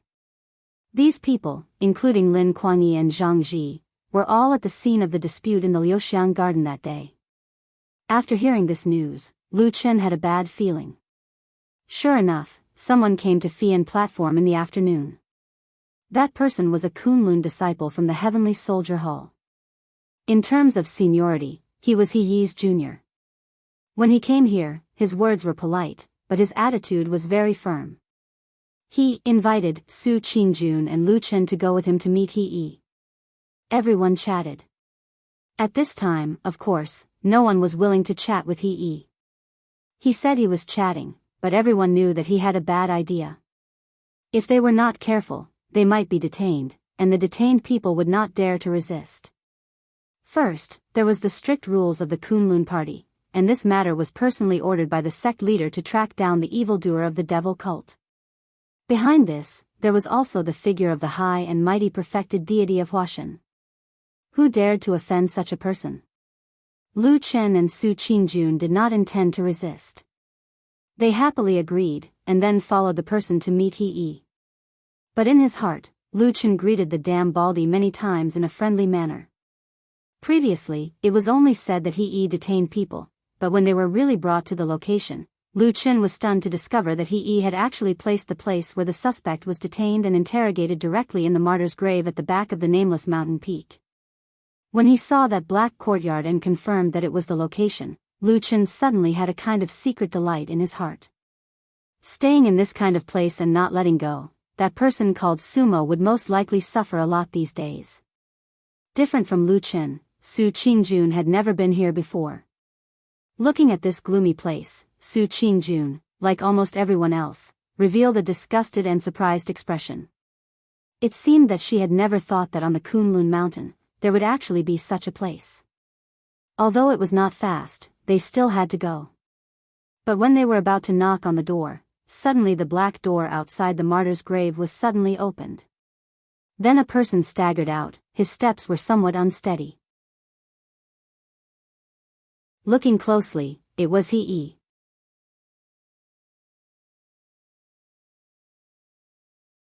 Chapter 192. Lu Chen and Su Qingjun were both taken aback. After looking at each other, they both stopped in their tracks. The Kunlun disciple who led the way was also taken aback. He hurriedly rushed over and supported He Yi. He anxiously said, Xixiang, what happened to you? He Yi waved his hand to indicate that he was fine. He then saw Su Qingjun and Lu Chen behind him and nodded to them. Seeing that his expression was generally normal, it didn't seem like something serious had happened. Su Qingjun and Lu Chen then walked over. Su Qingjun looked at He Yi and frowned. Xixiang, what happened to you? Why do you look so pale? He Yi smiled bitterly. He was about to say something when suddenly the others seemed to have sensed something. They all turned their heads to look in the direction of the black courtyard of the martyr's grave. They saw a gust of wind carrying bursts of smoke and dust suddenly soar into the air like an earth dragon, twisting in the courtyard. The sound of the wind was mournful. One could even faintly hear the sharp whistling sound of the air breaking. Even from far away, one could feel the strong spiritual power rolling near the wind vent. Lu Chen's expression changed slightly. Su Qingjun, who was next to him, also looked quite surprised. She said, "Someone is fighting inside?" Before her voice died away, the sound of the wind suddenly became 10 times stronger. It actually rushed directly towards the door. In an instant, sand and stones flew away. Su Qingjun's expression changed slightly in the wind. She suddenly reached out to grab Lu Chen's arm, intending to pull him back. Who knew that her grab would actually grab empty air? She looked back in surprise and found that Lu Chen was running much faster than her. In just a short while, he had actually fled several feet away. It was no wonder that she couldn't catch Lu Chen. Su Qingjun snorted. She glared at Lu Chen in annoyance and awkwardness.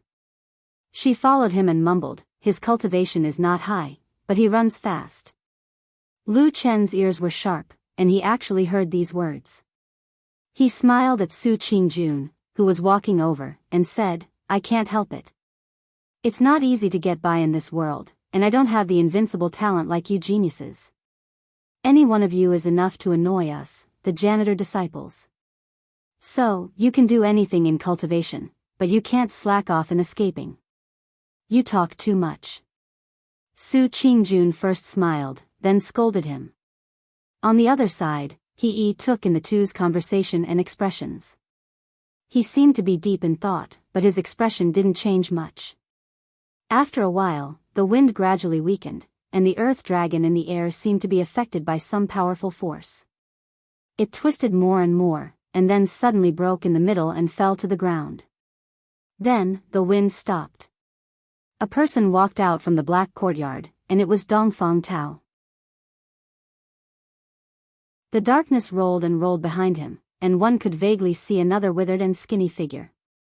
It was the corpse watcher, but he clearly didn't have much interest in the people outside the cemetery.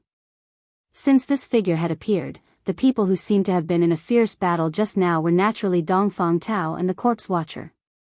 This discovery shocked Lu Chen and Su Qingjun. It should be known that Dongfang Tao had broken through to the Yuanying realm, and could be considered as another powerful figure in the Kunlun party. But the most surprising thing was the corpse watcher. Although he looked ugly and skinny, like a lonely old man, or like an old man who had been decaying for many years, from the situation just now, this corpse watcher must have used all kinds of strange secret techniques. Compared to a true Yuanying realm master, he did not seem to be at a disadvantage. Of course, why these two people fought, and why they suddenly stopped, was not something Lu Chen and Su Qingjun could guess. Dongfang Tao said something to the corpse watcher, and it seemed that he was a little angry. The corpse watcher also responded with a few words, and it gave off a somewhat strange feeling, which immediately made Dongfang Tao angry again. But even so, in the end, Dongfang Tao actually suppressed his anger and left the back of the dark mountain peak. On Dongfang Tao's way out, Su Qingjun, and Lu Chen all lowered their heads and bowed to him. Dongfang Tao did not pay much attention to these young people, and at most nodded at as a sign of respect. Watching Dongfang Tao swagger off, Lu Chen and Su Qingjun finally reached the edge of the doorway. He was one step ahead of them, and rushed into the courtyard first. He looked at the corpse watcher and said, Senior, look, you guys do what you need to do, don't mind me. The corpse watcher said coldly, then turned around and walked into the darkness, looking completely different from usual. He let out a long sigh, and turned to greet Su Qingjun before chatting idly. Lu Chen listened on the side, as if he did not exist. After some hypocritical pleasantries, Su Qingjun asked Senior brother why did you call us over? He waved his hand, and said, it's not a big deal. It's just that Changxing's death was very tragic, and some higher-ups in the sect couldn't stand it, so they gave the order to thoroughly investigate the matter. He paused for a moment, and his smile was a little modest, but also a little depressed, so much so that no one could tell what he was thinking in his heart. It just so happens that the two of you were in the flowing fragrance garden that day, and were also there when the quarrel happened. Lu Chen and Su Qingjun's faces suddenly darkened, and Su Qingjun said to with a dark face, Senior brother you called us over without any evidence, I'm afraid it's a little too much. He's expression did not change, and he said indifferently, if the two of you have any opinions about me, you can go directly to sect leader Idle Month to complain. Once there's an order, I will naturally stop. This order would not be obtained, and Su Qingjun's heart was as clear as a mirror. She took a deep breath, and said, if that's the case, if there's anything, Senior brother you can ask. But before that, I want to go see my good-for-nothing brother, is that okay? I'm afraid that's not very convenient. He directly refused, and then said to Su Qingjun with great respect, Su junior sister actually don't have to worry too much, we still have some questions to ask other than Master Su, to see if they are in cahoots with the evildoers of the evil faction. Su Qingjun snorted, and said, anyway you called us over, are you suspecting our identities? That won't be the case. He smiled, and said, even if I suspect anyone, I won't suspect you. But what needs to be done still needs to be done. In view of the fact that there are many evil faction spies in the cultivation world, it's really hard to guard against them. I was a little rude to the two of you, please forgive me. Immediately after, he did not say any more superfluous words, and directly started to interrogate them, and in the middle of it, he even separated the two of them for a period of time. He did not ask many things, but the consecutive questions were somewhat difficult to answer, among which the most crucial one was the night He Changxing died, where was the person being interrogated. Originally, 3 members of the Su family were arrested, but after Su Wen and Su Qian explained where they went that day, they were released. Instead, Sumo, who had been hemming and hawing and refused to clearly state where she was that night, was directly detained. He seemed to really do what he said, and did not make things difficult for Su Qingjun, but when facing Lu Chen, he seemed to show another side. He started to interrogate Lu Chen where he was that night. Would there be anyone who could prove it? Lu Chen thought for a while, and realized that he would always be alone, unable to prove others, and unable to prove himself. He immediately became hostile and announced to Su Qingjun, I'm going to keep this person for now and interrogate him. Su Qingjun argued with reason, and was unwilling to let Lu Chen stay, but he refused to let him go, and only said that he would not harm Lu Chen, but he really wanted to interrogate him. Until now, Sumo had not finished asking, so she did not let him go. Of course, Lu Chen was also unwilling to stay, but seeing that he was determined, he gave Su Qingjun a look, signaling her to calm down. With the advice from her master, Masato Kihara, Su Qingjun knew the vast and profound background behind this matter, and naturally felt a bit of respect. And Lu Chen was often away, who would really care about this? And the real reason why Lu Chen agreed to stay, was actually because he was curious about this grave, the mysterious corpse watcher, and those dead people. He brought everyone to this gloomy grave for interrogation, and whether there were other hidden motives. Lu Chen suddenly wanted to see the face of the person who had been caught and refused to let go. In the end, the two of them came together, but left alone. This scene made Su Qingjun feel a bit uncomfortable, and the gaze she stared at He was particularly unfriendly. He smiled bitterly, and did not explain much, and sent Su Qingjun away. In fact, if it was possible, He also wanted Su Qingjun to stay, but in this way, most people on Taiji's side would speak up, and the Su family would be completely enraged, and they might do anything. That kind of chaos was not what He wanted, nor was it what Immortal Idol Month and his master, Dukanjinren, wanted. Lu Chen was brought to a dark room. In this gloomy place, because of this place's special purpose, even the room looked particularly scary. According to he was tired today, and asked Lu Chen to rest first and talk tomorrow. Lu Chen did not refute, and silently accepted He's words. Until he was in this dark room, and when he began to try to see and explore the surroundings, he suddenly heard a weak and painful voice from the corner of the room, containing fear. Save me, save me, save me. Lu Chen immediately stopped, and turned to look at the place where the voice came from. After a moment, he suddenly walked a few steps in that direction, and came to a corner. Then, he squatted down and looked at the figure who was huddled up in the corner. He sighed and said, Young Master Su, how are you?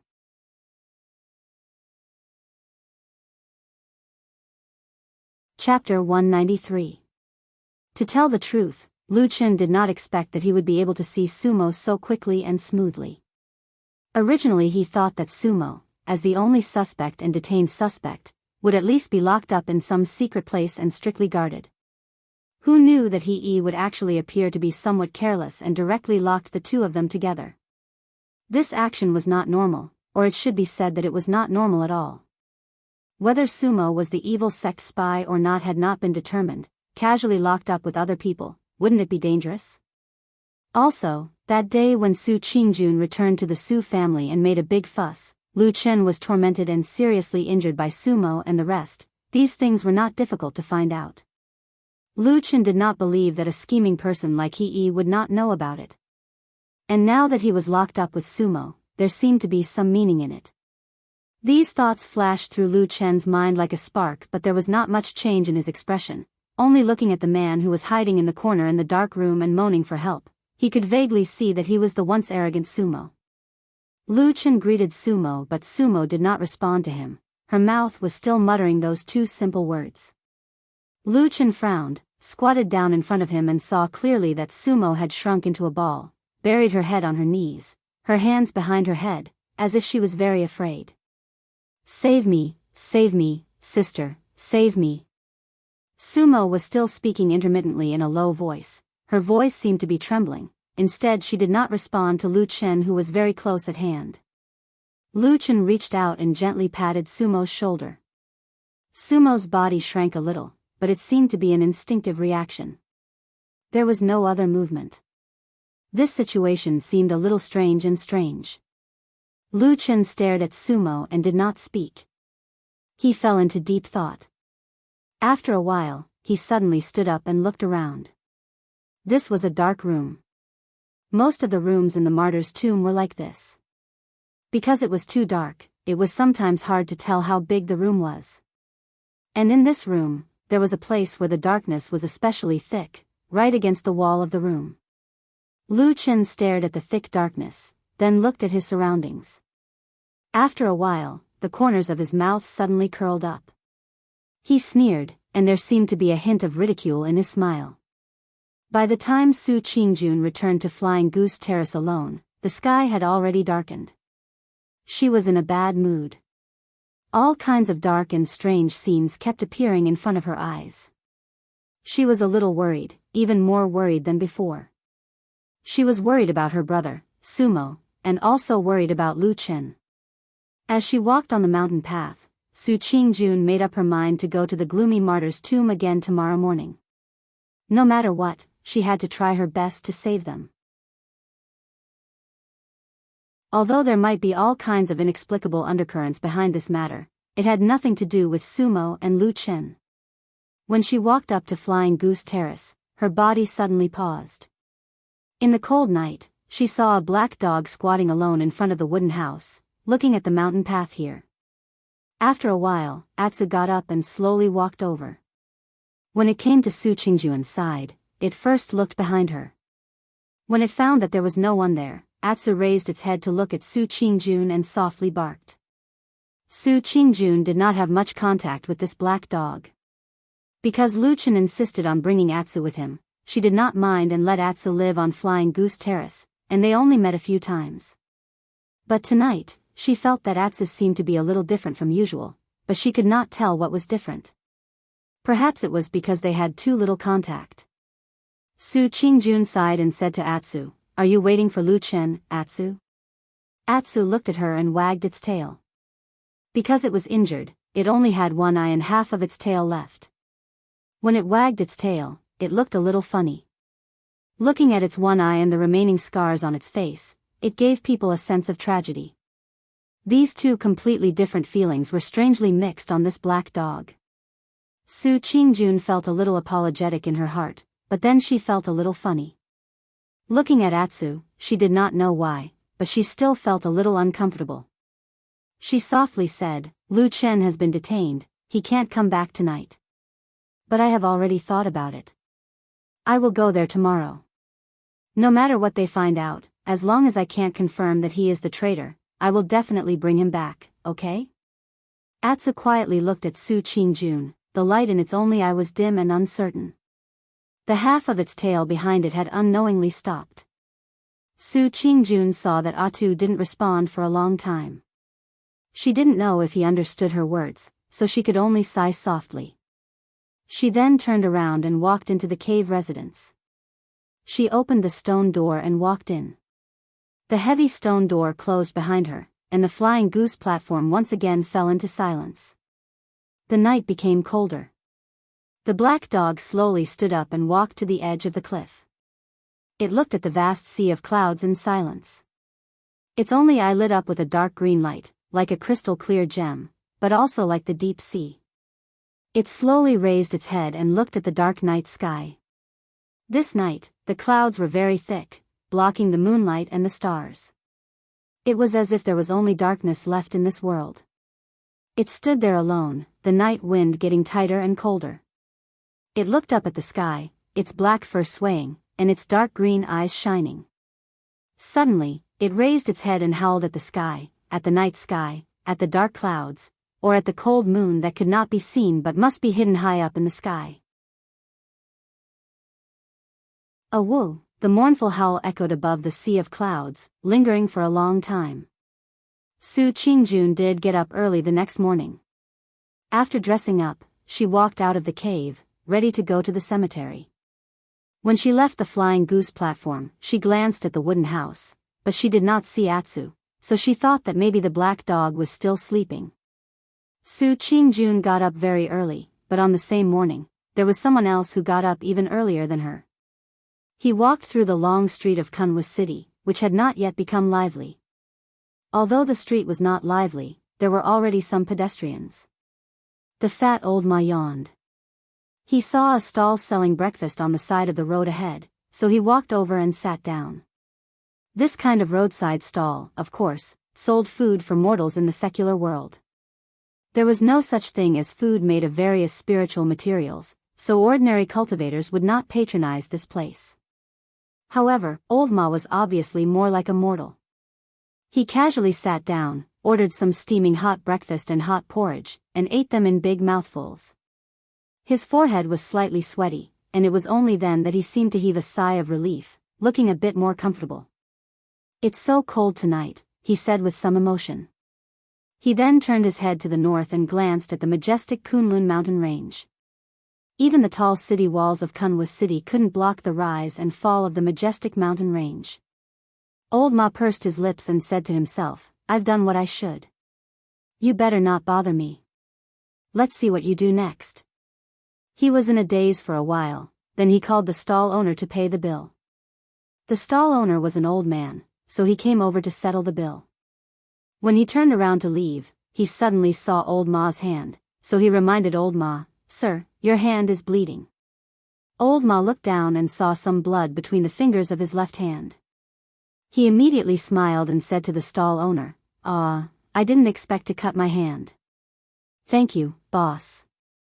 I'll go bandage it later." The old man chuckled, put away the bowls and chopsticks, and walked away. Old Ma stood up and walked back to the street. As he walked, he calmly wiped his left hand under his sleeve. That trace of blood was wiped on it, then it disappeared from his hand. He happily and contentedly walked forward, just like an ordinary person. At this time, the street gradually became lively and more people appeared. No one noticed a fat man with bloodstains on his hand gradually walked into the crowd and disappeared. He did not sleep well that night. The Een energy in the righteous grave was too heavy, it was really not suitable for ordinary people to live in. Even for a foundation establishment realm cultivator like him, living here for a long time would also feel uncomfortable. If one lived in this kind of shady place for a long time, perhaps even one's temperament would become strange, just like that corpse watcher. He was actually curious about the corpse watcher. This skinny and shriveled old man was mysterious and obviously powerful. He also seemed to have some unexplainable grudges with the newly promoted Yuanying Jinren, Dongfang Tao, which made him even more unfathomable.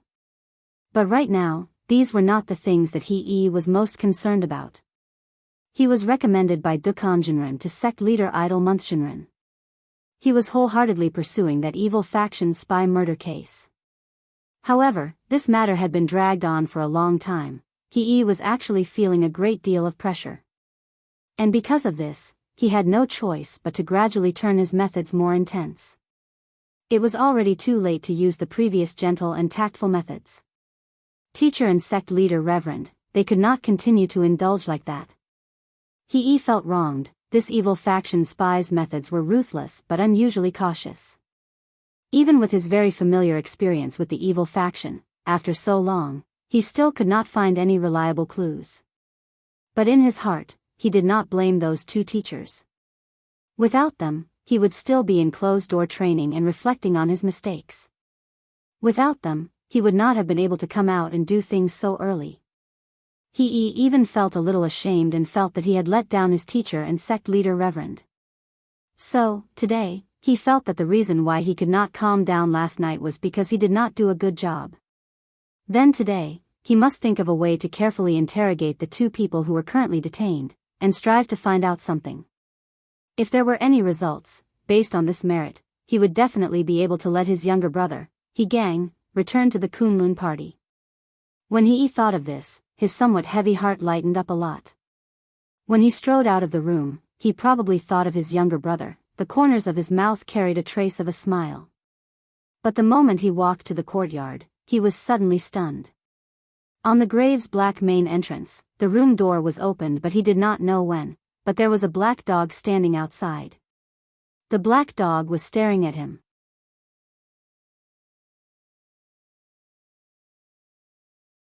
Chapter 194. Of course, he had never seen one before. Or rather, even if he had, he would not have cared about such an ordinary black dog. However, when he saw the black dog, he was still slightly shocked. He was curious as to why a dog would appear in such a shadowy place where all living creatures and creatures avoided it. He was also surprised at the mutilations and scars on the black dog's body. This was a dog that had clearly been severely injured. Not only was it covered in scars, its one eye and half a tail made it even uglier and more frightening. He was also a normal person. When he first saw the black dog, he frowned and his eyes were filled with disgust. However, very soon, He's gaze changed slightly and his expression softened. This change was not because he had suddenly become kind and compassionate, but because he had suddenly thought of his younger brother, Gang. Because he had been surrounded by a pack of black jackals in the disorientated lands, Gang had been severely injured and disfigured. Now, after a series of twists and turns, he did not look like a human or a ghost. As his older brother, his heart ached for him. For some reason, when he saw this black dog, he suddenly thought of Gang and felt an inexplicable sense of compassion. So, he did not immediately chase the black dog away. Instead, he stood and watched for a while before walking over. The black dog looked at his figure in silence and did not move. It did not retreat, nor did it hide. There was a strange light flowing in its single eye as it stared at He's figure. He walked to the door and glanced at the black dog, then looked outside the door to confirm that there was no one outside. It seemed that no one had deliberately brought this dog here. However, this made it even more strange. After staying in the righteous grave for several days, He had long noticed that the Qi in this place was extremely strong. It was the enemy of almost all living creatures. In this righteous grave, there was not even a mouse or a cockroach, let alone wild beasts or birds. Could it be that because this dog was black, it was not afraid of this pitch-black righteous grave? This ridiculous thought flashed through He's mind. Even he himself felt bored, but he still had a good impression of this black dog. He waved his hand at the black dog and said, "This is not a place for you. Leave quickly." As he spoke, he made a gesture to drive it away. The black dog took 2 steps back. Although it was still staring at perhaps because He did not show too much hostility before, and even had a little bit of gentleness to it, the black dog did not react too aggressively to He. It glanced at the courtyard of the righteous grave and seemed a little hesitant. The darkness and the strange atmosphere inside made it very uncomfortable and it did not want to go in. So, after a moment of hesitation, the black dog retreated more than 10 feet away and found a large tree to lie down, as if it was waiting for something. He glanced over there and shook his head. He was too lazy to care about it. He couldn't even take care of the person, so who would have the time to care about the dog? He turned and walked into the depths of the courtyard. The door to the room where Sumo and Lu Chen, who had just arrived yesterday, was still locked. In the darkness on the other side, the corpse walked out of the shadows like a ghost. He nodded at him and looked at the tightly shut door again. There was a hint of worry on his face as he asked the corpse, "Senior, will they be all right?" The corpse's face was haggard and his expression seemed to always be as rigid as ever. After hearing He's question, he only replied faintly, "They won't die." He shook his head and seemed to smile bitterly. He then sighed and asked, "Did you find anything?"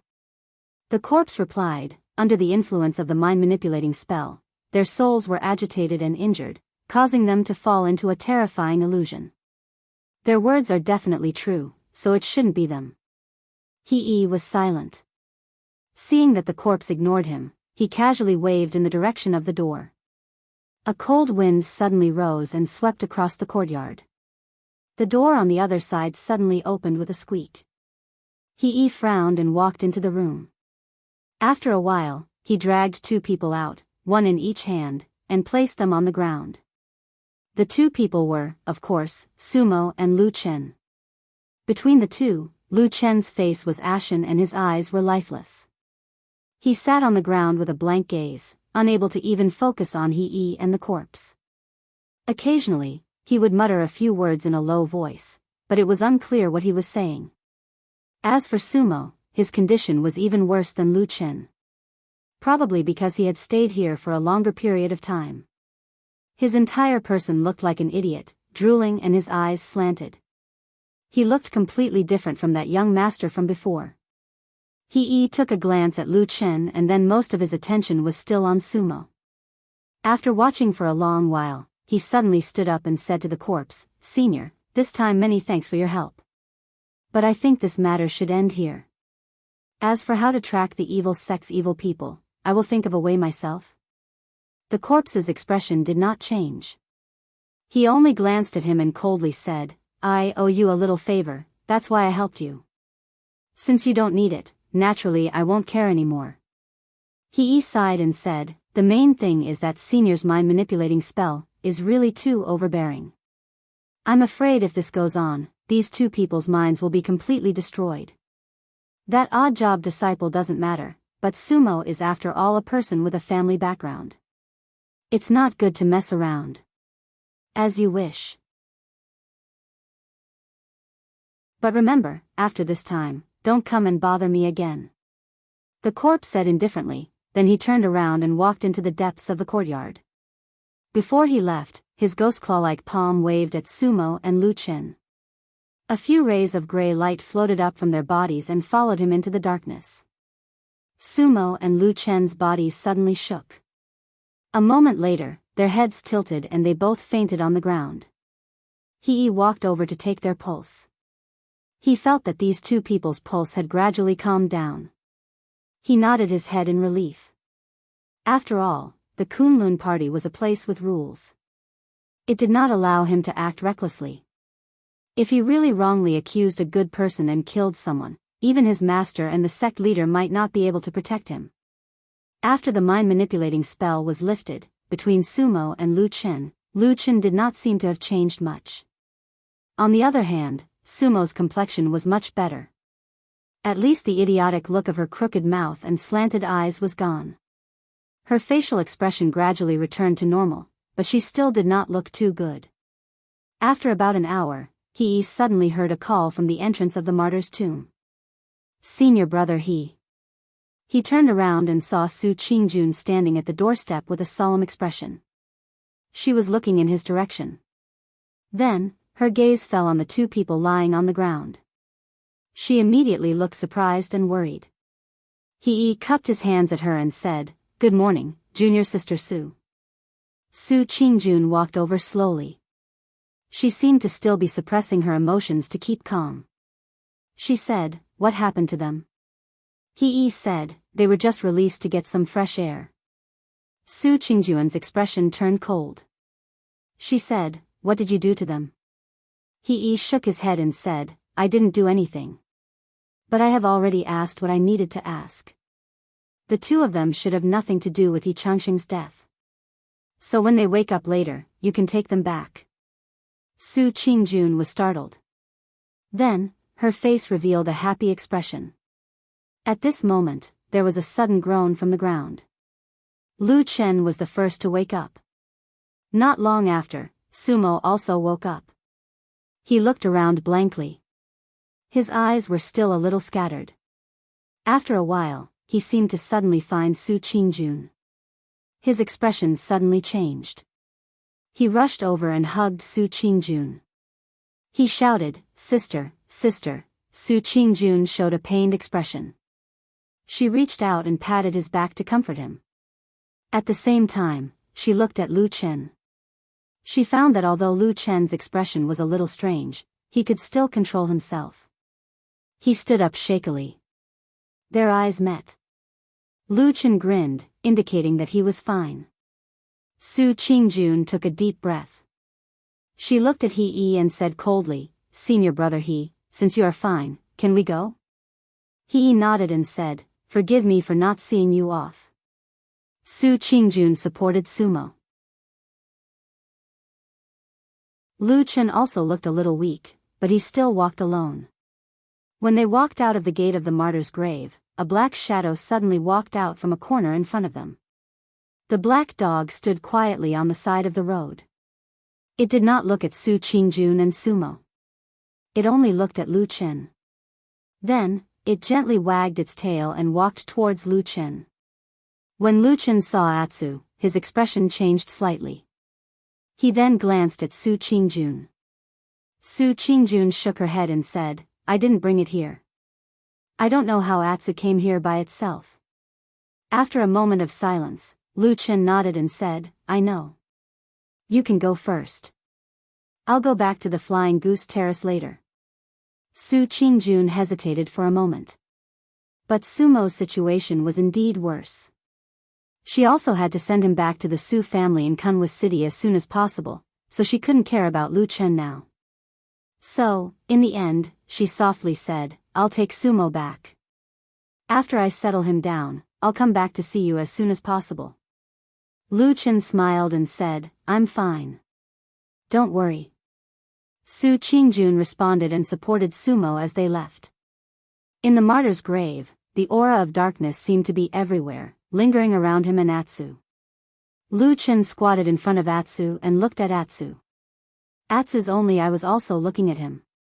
He didn't know why, but he felt that the light in Atsu's eyes was somewhat different from before.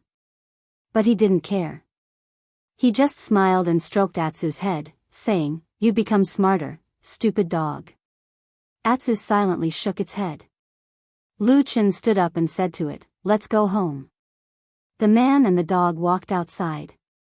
Just as they were about to walk out of the darkness, an anxious figure suddenly ran over from a distance. His face was filled with anger and anxiety. He rushed past them and ran into the depths of the darkness. Lu Chen's footsteps paused, and he turned around to look at that person's back. Then, he expressionlessly turned around and continued to walk out, stepping into the warm light.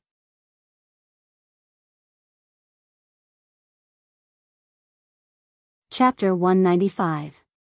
The bustling streets of Kunwa City were filled with people coming and going as usual. It was as peaceful and prosperous as if all living things were happy. In the distance, Kunlun Mountain was lofty and majestic. The sun was warm on Fian platform. Lu Chen was lying on the bed of his wooden house, quietly looking at the scenery outside the window. Far away from the hustle and bustle of the city, in the small courtyard of the Black Hill Pavilion, Old Ma was sitting there. He had changed his clothes, carried a basin of water, and was carefully washing his hands. The blood stains made the water a little red. He looked at the red color with a strange expression. He stretched out a finger and gently drew a few strokes on the reddish spots in the water. It seemed like he was stirring randomly, but it also seemed like he was writing a word. Faint traces of blood gently circled around his fingertips, floating and dispersing in the water, so that the word couldn't take shape. Soon, even the blood itself disappeared. Old Ma raised his head and looked at the sky. After a moment of silence, he pulled a piece of cloth from the side and carefully wiped his palm clean, not leaving the slightest trace.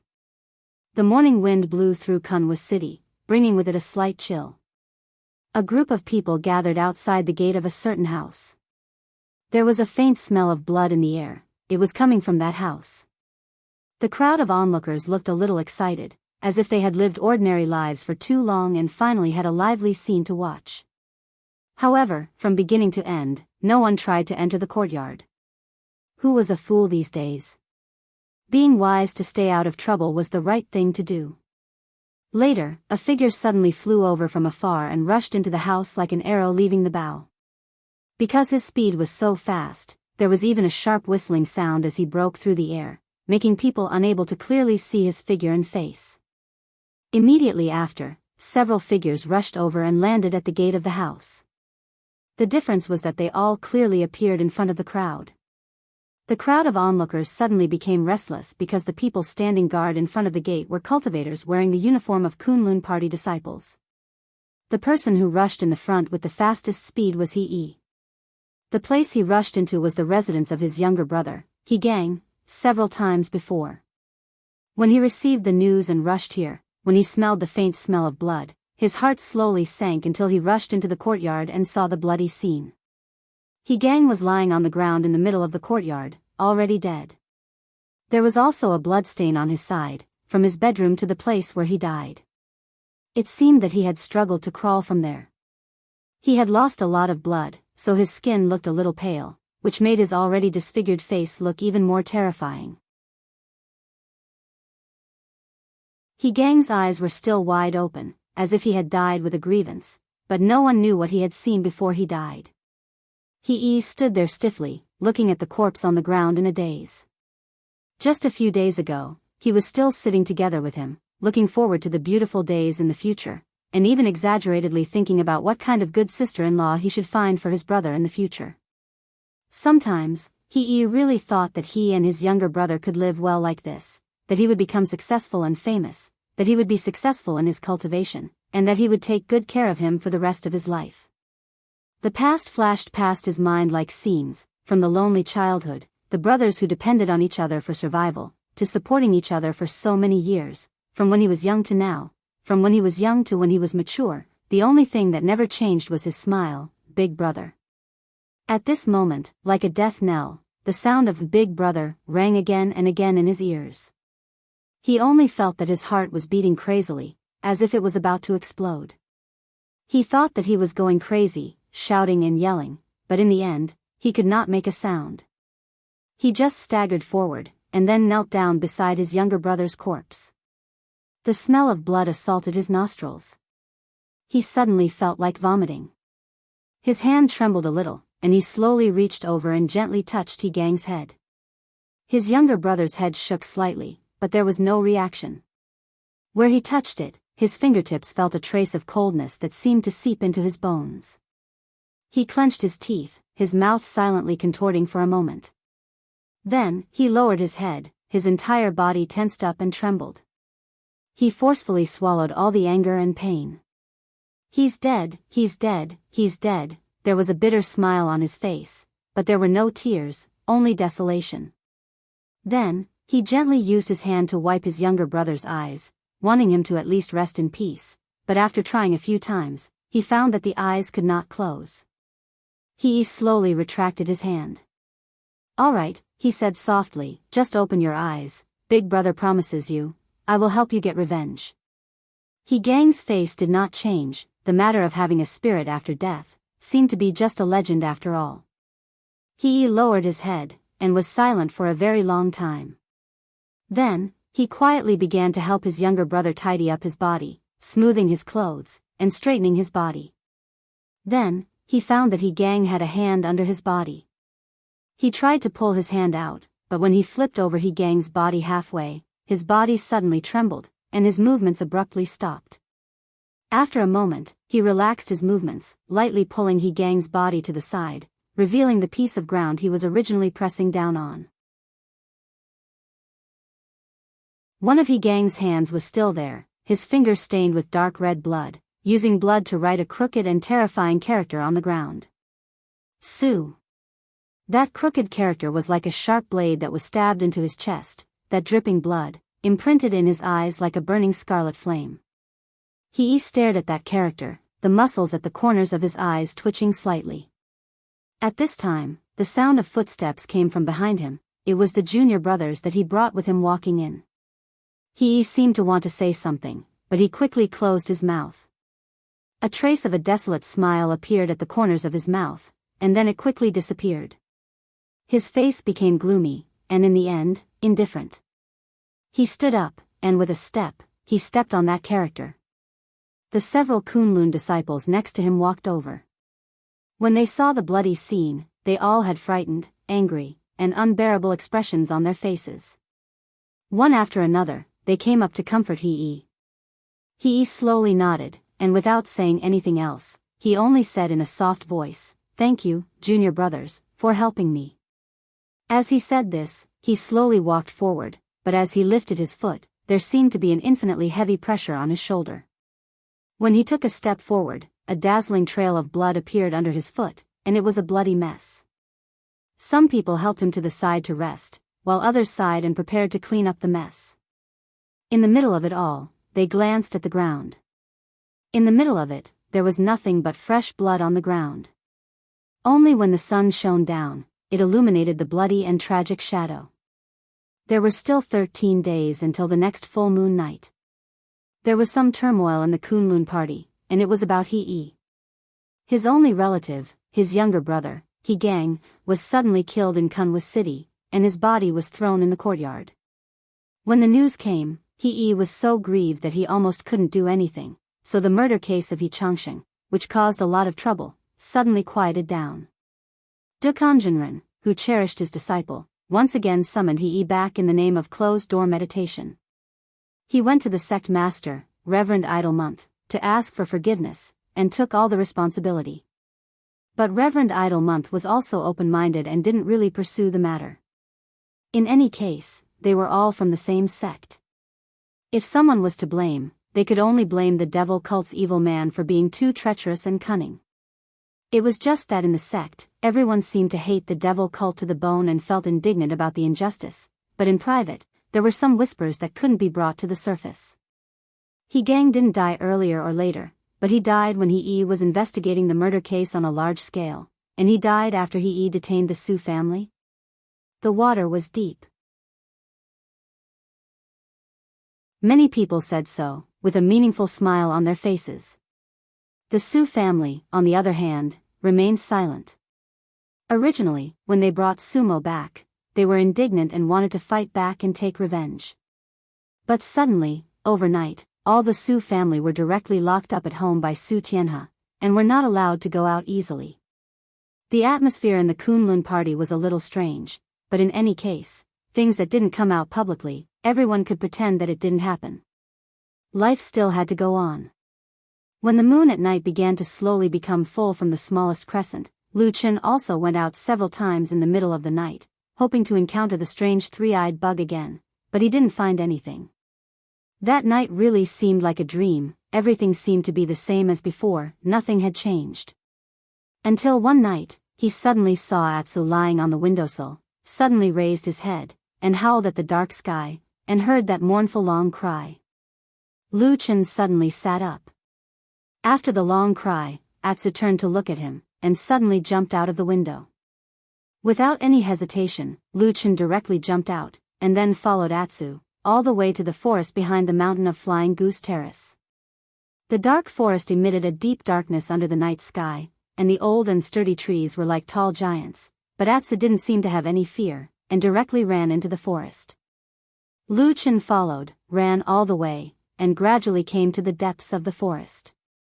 Then, somewhere, Atsu suddenly stopped, and Lu Chen also slowed down and stood beside it.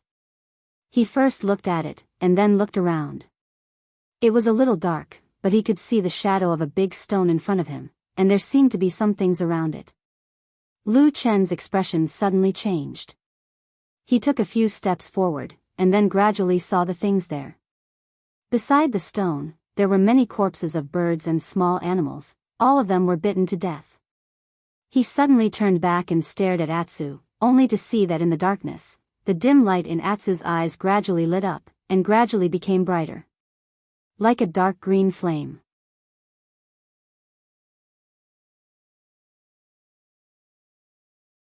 Chapter 196. Lu Chen's eyes met Atsu's. In this quiet night, in this dark forest, there was a night wind blowing above the trees, and there was a slight rustling sound of the branches and leaves swaying. There was also a glimmer of light, like a green flame, much brighter than the eyes he had seen in the past. There was not much smell of blood around, even if there were many corpses of birds and beasts, perhaps the blood had dried up after a long time. There was a low gasp from Atsu's mouth, as if it was hiding a trace of pain. Its eyes began to change, with a hint of madness, as if at this moment, there were suddenly two thoughts suddenly colliding in its mind, tearing at each other crazily. The green light also became unstable, sometimes bright, sometimes weak, like a candle flame swaying in the wind. Lu Chen looked at it quietly, his face cold, and there was a trace of coldness in his eyes. But this night, Atsu seemed to be really different from before. It was struggling, fluctuating between quiet and violent emotions, and the darkness around it gradually became turbulent, surging wave by wave. In the quiet forest, it seemed that even the sound of a needle falling on the ground could be heard. No one would have thought that in this quiet night, they would suddenly confront each other here. The darkness gradually gathered into a tide, and wave after wave washed over. The green flame in Atsu's eyes became brighter and brighter, as if it was going to explode in the next moment. The mountain forest seemed to be silent. All the creatures were holding their breaths and even the trees were cowering. Only in the depths of the darkness, in a ghostly place, there seemed to be a demonic gaze staring at this place, revealing a look of excitement. Suddenly, Lu Chen suddenly turned around, and without any warning, rushed into the darkness on the other side of the forest. Atsu, who was squatting and growling in a low voice, suddenly raised its head, and the green light in its eyes flickered, as if it was a little shocked at this moment. In the darkness, it was as silent as the sea, but after a moment, the darkness suddenly burst like a raging wave, and suddenly scattered. Low roars and sharp whistles mixed together, and all kinds of strange sounds with a creepy aura burst out. Even Atsu subconsciously took 2 steps back, and at the same time, it seemed that its attention was diverted, and the green flame in its eyes slowly dimmed. Bang! Someone groaned in pain in the darkness. 2 figures were thrown out together, but they did not separate in midair.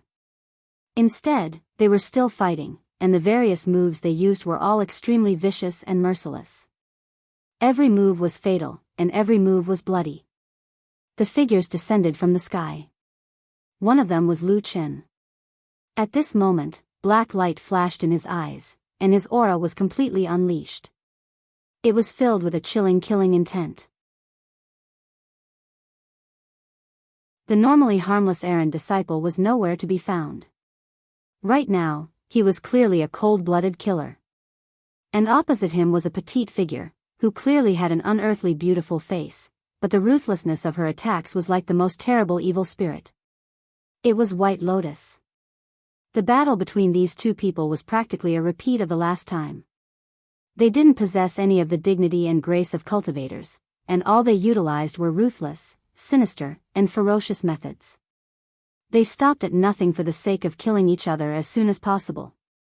Blood instantly flew, and drops of blood stained the white and beautiful face of White Lotus, like the red dew on the beautiful flower petals in the morning, and it was shocking. When she fell, she had already scratched Lu Chen's chest, and her white fingertips instantly whistled up with wind and snow, and in just a moment, she had already pierced Lu Chen's chest. However, the wind and snow only stopped here, because almost at the same time, a hand rushed out from the darkness like an evil spirit, and had already grabbed White Lotus's slender neck. Lu Chen was like a roaring evil spirit, wildly rushing up, and White Lotus moaned in pain. Her fingers trembled, and the ice and snow exploded on Lu Chen's chest, and the countless fragments of ice crystals all turned the color of blood. Lu Chen let out a low roar, and his face twisted, as if his whole body had fallen into an ice cellar. But at this moment, it seemed that all the blood in his body was cold, and he was isolated from all the pain, ignoring it. Those 5 terrible fingers flickered with black flames, and in an instant, they burned into White Lotus's flesh and blood. White Lotus screamed, and her whole body was grabbed by the neck by Lu Chen, and with a loud bang, her body heavily hit the trunk of a large tree. Suddenly, the surroundings trembled, and countless leaves fell like rain. The murderous rain in the darkness. It was as if the air had suddenly quieted down, and all the noise had died down. Gradually, the sound of falling leaves could be heard, as well as Lu Chen's slightly pained panting, and White Lotus's already twisted breathing. The green light in Atsu's eyes had almost completely disappeared, and it seemed to be stunned by the sudden scene just now. Only now did it react, and then it hesitantly stood up, and slowly walked a few steps towards Lu Chen and White Lotus. As it got closer, it could clearly see that in the still falling leaves, Lu Chen slightly lowered his head, as if he was sucking in cold air, and coughed softly. His chest was a mess, and his right hand was straight in front of him. He still grabbed White Lotus's neck, and pushed her against the tree trunk, so that her petite body was suspended in the air, and her face was pale, as if she was about to suffocate to death. In the forest, there was only silence. Atsu looked at the two strange people, and hesitantly took a step forward. Suddenly, Lucien turned his head and looked at it. His empty left hand suddenly raised, and he pointed a finger at it. He pointed at it condescendingly. Along with this movement, a few scalp-numbing cracking sounds came from his body, like the sound of ice cracking. Then, a gush of blood gushed out from his chest. Atsu immediately stopped in his tracks. It looked up at Lucien, and that finger was just above it. Deep in the man's eyes, there seemed to be wild black flames burning, and endless black tides swept over. He stood in the darkness, like a god or a devil. All the hair on Atsu's body seemed to stand up in an instant. After a moment, it lowered its head, and slowly lay down under that finger, showing all its submission and awe. Lucien took a deep look at the black dog, then turned his head, and looked at White Lotus in front of him.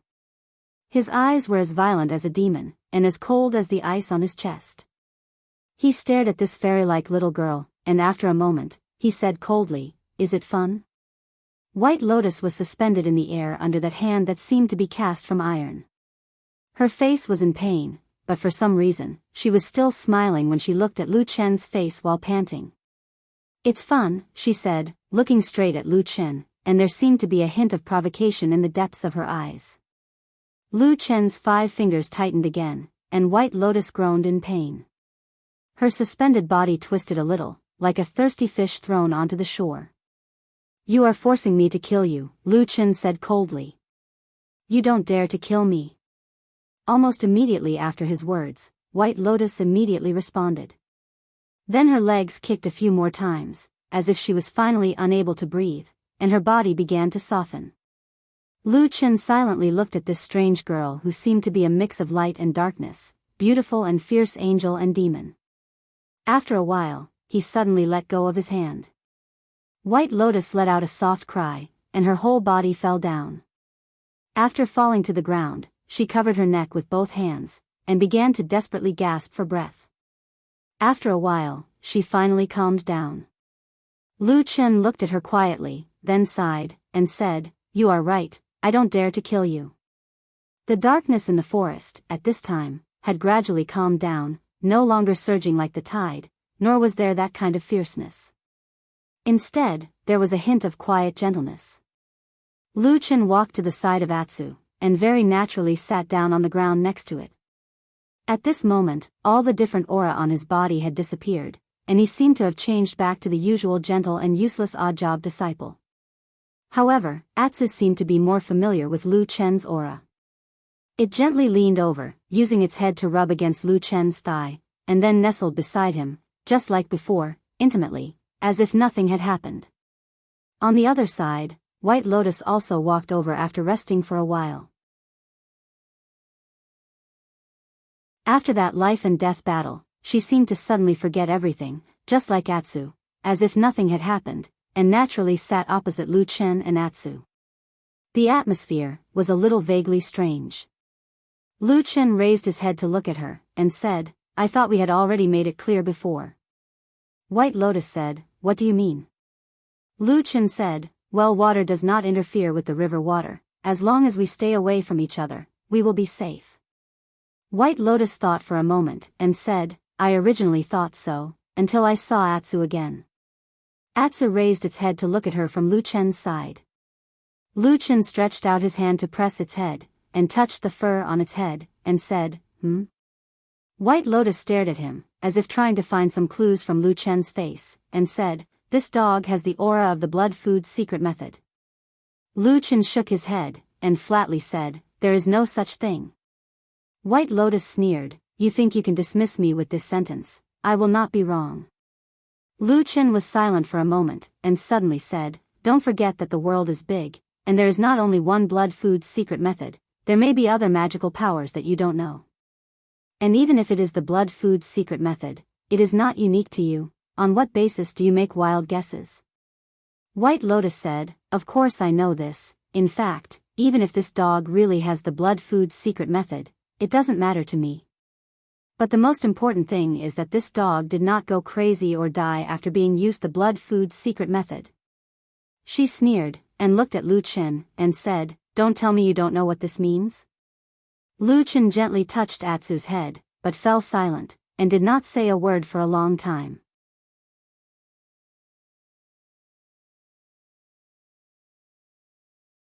Chapter 197. In the end, nothing happened that night. Lu Chen and White Lotus parted ways in the dark forest. They went their own ways and went their separate ways. When the beautiful girl disappeared into the forest like a ghost, Lu Chen brought Atsu to Flying Goose platform and returned to his wooden house. Late at night, the clouds parted and the moon appeared. A faint ray of moonlight shone on the windowsill and shone on Lu Chen and Atsu. Atsu looked up at the sky. The crescent moon was like a hook, while Lu Chen stared at Atsu. After a while, he stretched out his hand and gently touched Atsu's back. Atsu turned its head and glanced at him. Lu Chen frowned slightly. After a while, he suddenly said, "You can't stay on this Kunlun mountain anymore." Atsu's only eye flickered. Lu Chen's hand gently stroked Atsu's body. Its fur was soft and smooth like black satin. However, under this smoothness, there were pieces of bulging flesh and bones. There was blood that flowed extremely fast, and there was the sound of a strong beating heart. It was an unfamiliar power that was slowly gathering in this black dog's body. One day in the future, it would finally burst out. "I didn't expect you to become like this." Lu Chen gently touched Atsu and whispered, "I just wanted to save your life at that time, but there was really no other way." White Lotus, that little girl, always thought that what you had was the blood-feeding secret method. In fact, that was not the case at all. What I used that day was the devil cult's reincarnation formation, and the blood-soul crystal fragments that I condensed with my evil method. At that time, I only thought of prolonging your life. But I didn't expect that you could actually absorb the blood-soul crystal fragments and activate all the potential of your bloodline. This result is almost exactly the same as the blood-feeding secret art, so she's mistaken. Lu Chen smiled and said, "Atsu, I think your father, whom you have never met, must be an extremely powerful demonic beast. That's why he could give you such a strong bloodline." Atsu leaned forward. It wasn't clear if it understood Lu Chen's words, but it didn't say a word from beginning to end. Lu Chen didn't mind. He raised his head and looked out the window, looking at the moon high up in the sky. After a while, he said softly, "You can only stay for another 10 days at most. When the night of the full moon arrives, you won't be able to endure it anymore. Before that, you must go down the mountain." The next morning, the sky was bright. When Lu Chen walked out of the wooden house, he saw Xian's figure walking quickly from the foot of the mountain. Although she told Lu Chen that she would come back to see him as soon as possible, but in fact, these days, Su Qingjun hadn't come back. As for the reason, Lu Chen actually knew very well that Sumo's situation was actually far worse than when she came out of the martyr's grave that day.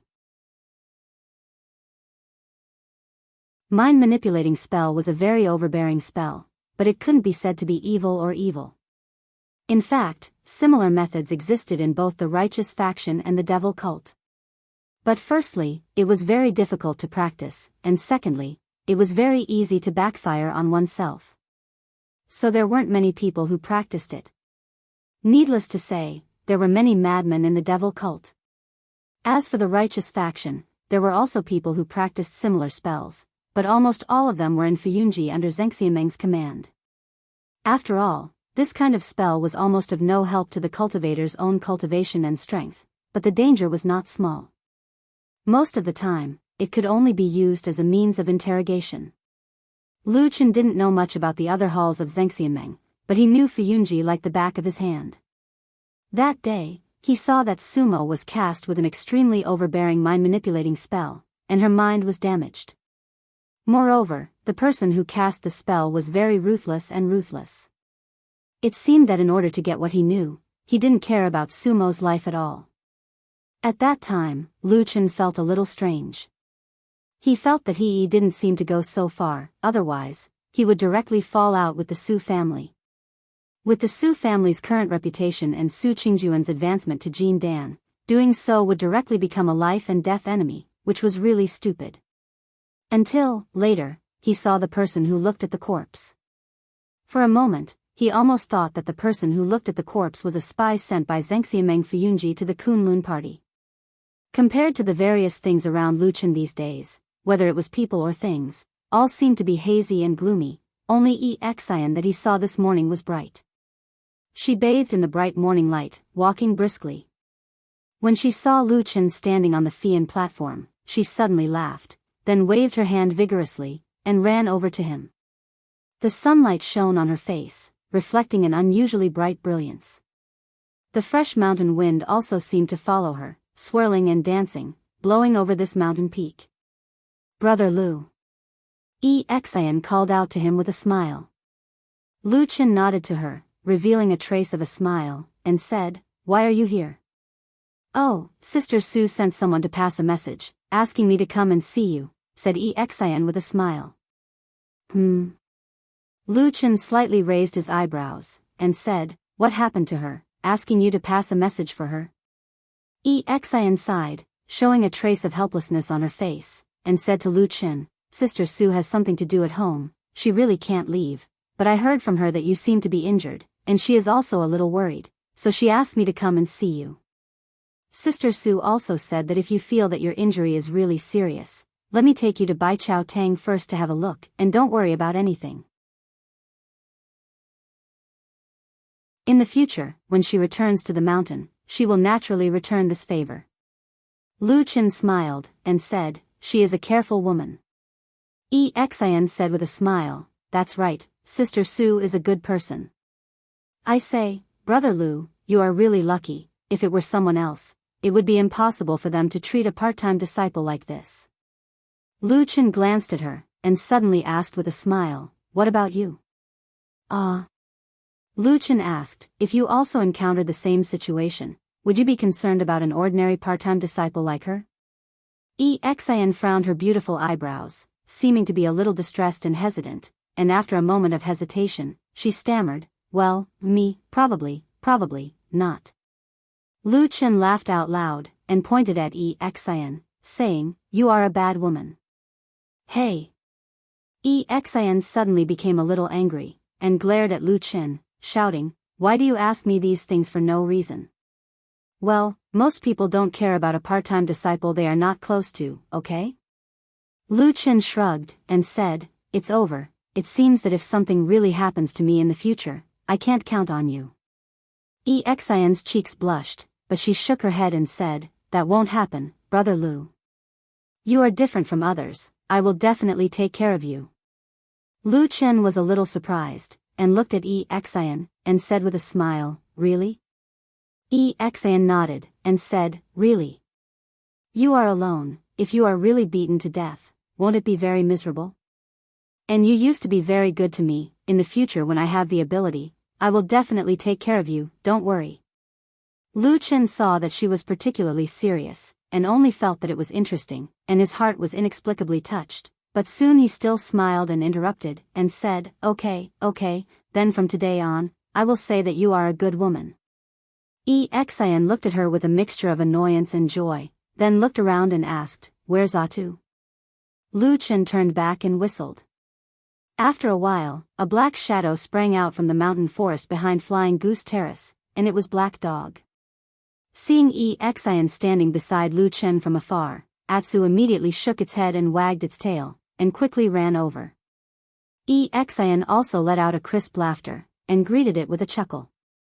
On the way, she hugged Atsu, who was rushing over, and hugged it in her arms. "Woof, woof, woof, woof, woof, woof," Atsu barked repeatedly, looking very excited and happy, probably because it had not seen Exian for a while. On this mountain of Kunlun, the people who could really make it feel close to, and the people who could completely let down its guard, were only Luchan and Exian in front of it. Exian was also very happy. She hugged Atsu, and then pressed her hands hard on its back and head, as if she wanted to double what she had not seen in these days. She laughed, and suddenly screamed. It turned out that Atsu was too excited, and kept jumping, and accidentally crushed Enchanting. Enchanting patted Atu's head. Although Atu's current appearance was extremely ferocious and hideous, in her eyes, he was no different from the black puppy from back then. She even laughed and shouted, "Oh, stinky Atsu, why are you so heavy now? How many kilograms have you gained?" Woof woof woof woof. Atsu kept rubbing against her, and its tail was also wagging wildly, as if it was venting the joy in its heart. After a while, the person and the dog calmed down a little.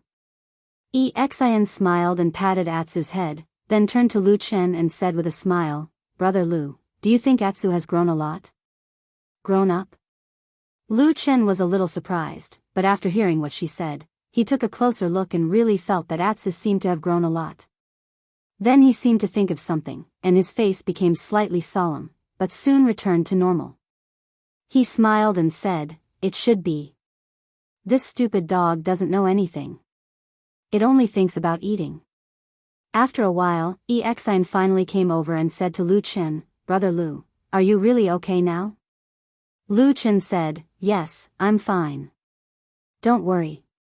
"Oh, I'll tell Sister Sue about it," Enchanting said with a smile. Lu Chen looked at Enchanting and suddenly thought of something else. Back in the dark grave, Enchanting's master, Dongfang Tao, suddenly appeared there, and seemed to have a fierce fight with the mysterious corpse watcher. His eyes flickered slightly, and he asked Enchanting, "Oh right, you always ask me, how have you been recently?"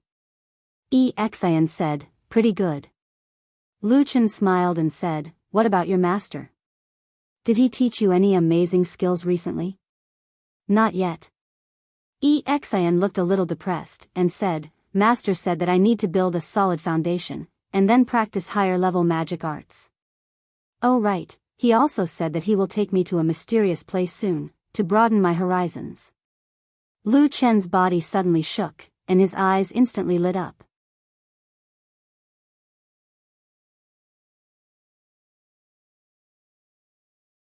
Chapter 198. "Oh, where are you going?" Lu Chen asked Enchanting. Enchanting shook her head and said, "Master didn't say. He only said that I've never been there before.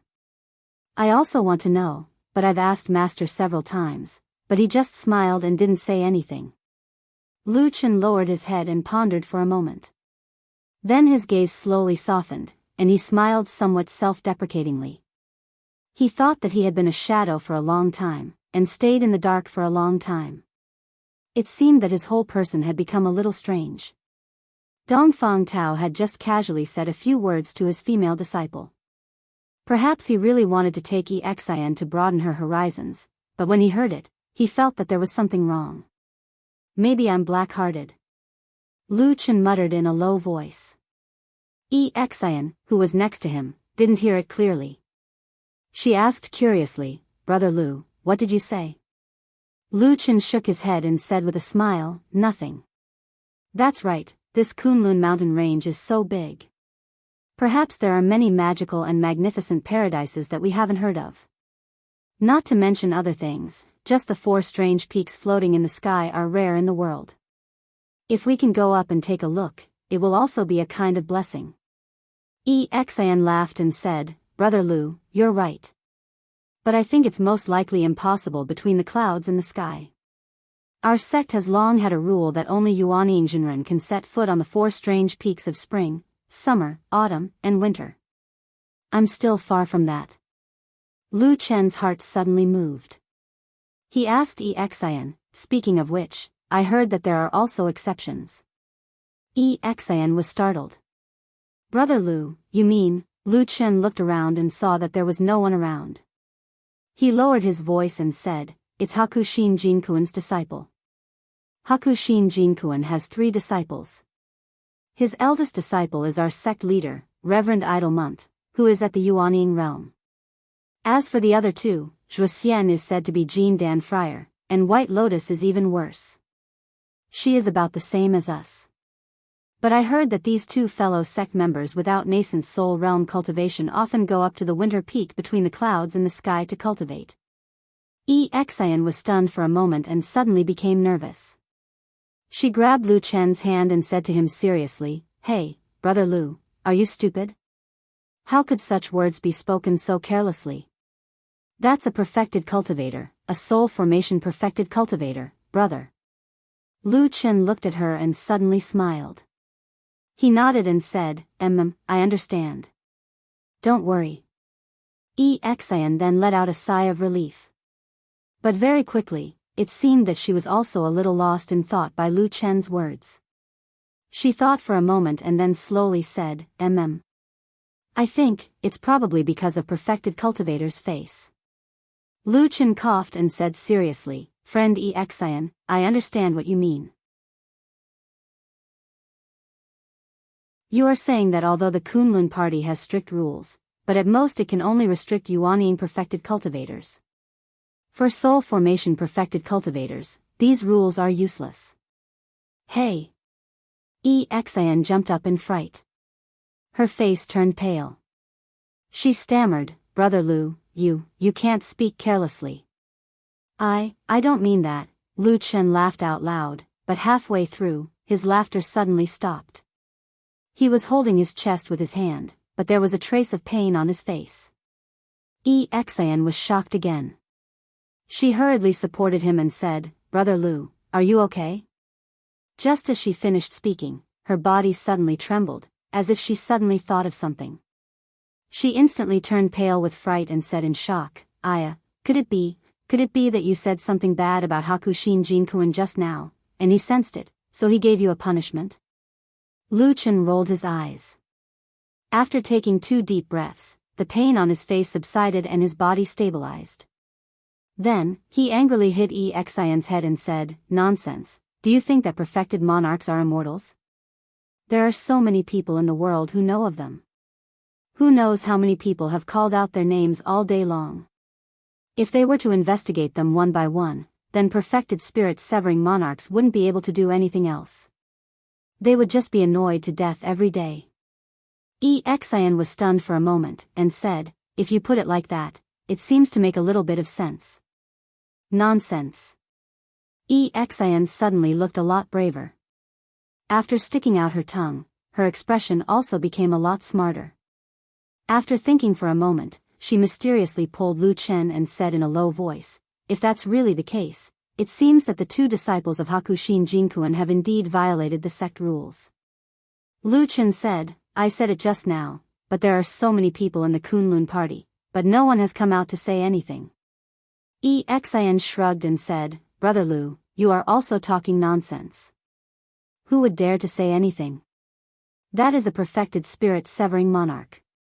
Besides, even the current sect leader, perfected Idol Month, is also his eldest disciple. Those who still dare to say something like that are either stupid or out of their minds." Lu Chen looked at her and said with a smile, "Hey, you are not stupid recently?" "I have never been stupid," Exian said indignantly. Lu Chen also ignored Exian's protest and said to himself, "It seems that being a disciple of a perfected spirit-severing monarch is still more comfortable. I am naturally much stronger than others." "Yes," Exian said enviously, and then teased Lu Chen, "Brother Lu, our Kunlun party has 2 perfected monarchs. In addition to Hakushin Jinkuin, there is also perfected monarch Tianlan, who has not yet had a disciple. If you have some sort of fortuitous encounter and are able to become his disciple, then wouldn't it be great? At that time, wouldn't you be able to get whatever you want and ascend to whatever peak you want?" Lu Chen thought for a moment, and said with a nod, "You are right. How about this, when I become his disciple in the future, I will not care about the sect rules, and secretly take you to the strange peaks in the sky to see the scenery, okay?" Exian was laughing so hard that she was rocking back and forth. Her giggles were like the crisp sound of wind chimes. She pointed at Lu Chen and laughed so hard that she couldn't say anything. After a long while, she finally caught her breath, but she was still laughing. She smiled at Lu Chen and said, Okay. Anyway, I don't think I'll have much chance to become a nascent soul Taoist master in this lifetime. When I'm really old, I'll wait for you to take me up. Lu Chen spread out his hands and said, why do you have to wait so long? Just wait for a few years. When I become successful and famous, I will take you up to play. Wahahaha. Exian laughed so hard that she bent over, laughing so hard that she could not catch her breath. She pointed at Lu Chen and shook her head desperately, then nodded repeatedly, and said, okay, Brother Lu, I am counting on you. Lu Chen chuckled. For some reason, he suddenly felt his mood lighten up. He felt that the sky was clear, that the green mountains were black, and that the sea of clouds was magnificent. The future seemed to have suddenly become beautiful. He smiled and looked into the distance. The mountain wind blew over the two smiling people, and lifted their clothes. The branch of Hakushin Jinkuan holds the power, and is the strongest branch in the Kunlun party. They have been arrogant for a long time. Everyone, you and I are all disciples of Kunlun. What do we rely on for 5,000 years? It is not the number of geniuses, not the number of people, and not the occasional appearance of a perfected lord of Huashan realm. The biggest reason why the Kunlun party can be passed down to this day is because of the various rules passed down by the ancestors of the past generations. For thousands of years, how many famous sects in the cultivation world of the central region have risen and fallen, rising and falling, have we not seen enough? Why is it that only our Kunlun party is prosperous? Rules. There is only one word, rules. A deafening voice echoed in a secret quiet room under the eldest prince of Baichao Tang. Someone was speaking passionately, and the others were listening carefully, nodding or silent. There were 5 people in the quiet room, and all of them were Yuani Jinren. Even in a first-class sect like the Kunlun party, these 5 people were a powerful force that should not be underestimated. The 2 sitting in the front were naturally the 2 Jinren of Baichao Tang. The one who spoke passionately just now was Jinren Mingzhu, while Jinren Qiandang, who was sitting in the main seat, smiled and nodded calmly, as if he did not feel that Jinren Mingzhu's words were disrespectful to Hakushin Jinkuan. Apart from the 2 of them, the other 3 Yuani Jinren had different expressions, and their expressions were slightly complicated. Jinren Qiandang's bright eyes swept across the crowd, and then he smiled and said, what junior brother Mingzhu just said, I believe all of you have the same feeling these days. Let's not talk about other things, but in the supreme forbidden area of the vault of heaven and clouds, only Jinren Yuaning can enter. Now that Zhuxian and White Lotus have set foot on the winter peak, it is indeed inappropriate. A fair-skinned man sitting on his right nodded and said, Senior brother Qiandang is right. I, Guangyang, feel the same. In fact, it's not just us. As far as I know, there are many Yuani Jinren on the spring and autumn peaks who are dissatisfied with this. It's just that the other side is too powerful, so no one dares to voice their anger. That's right. At this time, another Yuani Jinren sitting opposite to Jinren Guangyang said, but there's nothing we can do about it. Now that Hakushin Jinkuan is guarding the sect, and the Jinren sect master is his disciple, the Bai clan's henchmen are everywhere in the sect, and we can't do anything about it. Taoist Master Qiandang smiled and said, even so, it doesn't mean that there's no chance of a turnaround. After all, this foundation is passed down by the patriarch. As disciples of Kunlun sect, it's our duty to clean up the roots. As he said this, he turned to look at the Yuani Jinren who had been sitting in the last row with his head bowed. He asked with a smile, what do you think, junior brother Miyuan? The last Yuani Jinren slowly raised his head. His expression was solemn and his brows were tightly furrowed, but he didn't say anything for a while. The quiet room seemed to have fallen into a moment of silence. The gazes of the other Yuani Jinren Qiandang quickly fell on Masato Kihara. The air was silent, but it seemed to have suddenly become heavy. After a while, Masato Kihara looked at Jinren Qiandang and said, Senior brother Qiandang, I have something to say first. Please speak, junior brother. I understand all of your intentions. I'm sure all of you are aware of my current situation. It can't get any worse. If there's a chance, it's not a bad idea to take a gamble. But. He raised his brows and said in a low voice, I'll say it again. If true Lord Tianlan doesn't personally promise me, I won't participate in this matter.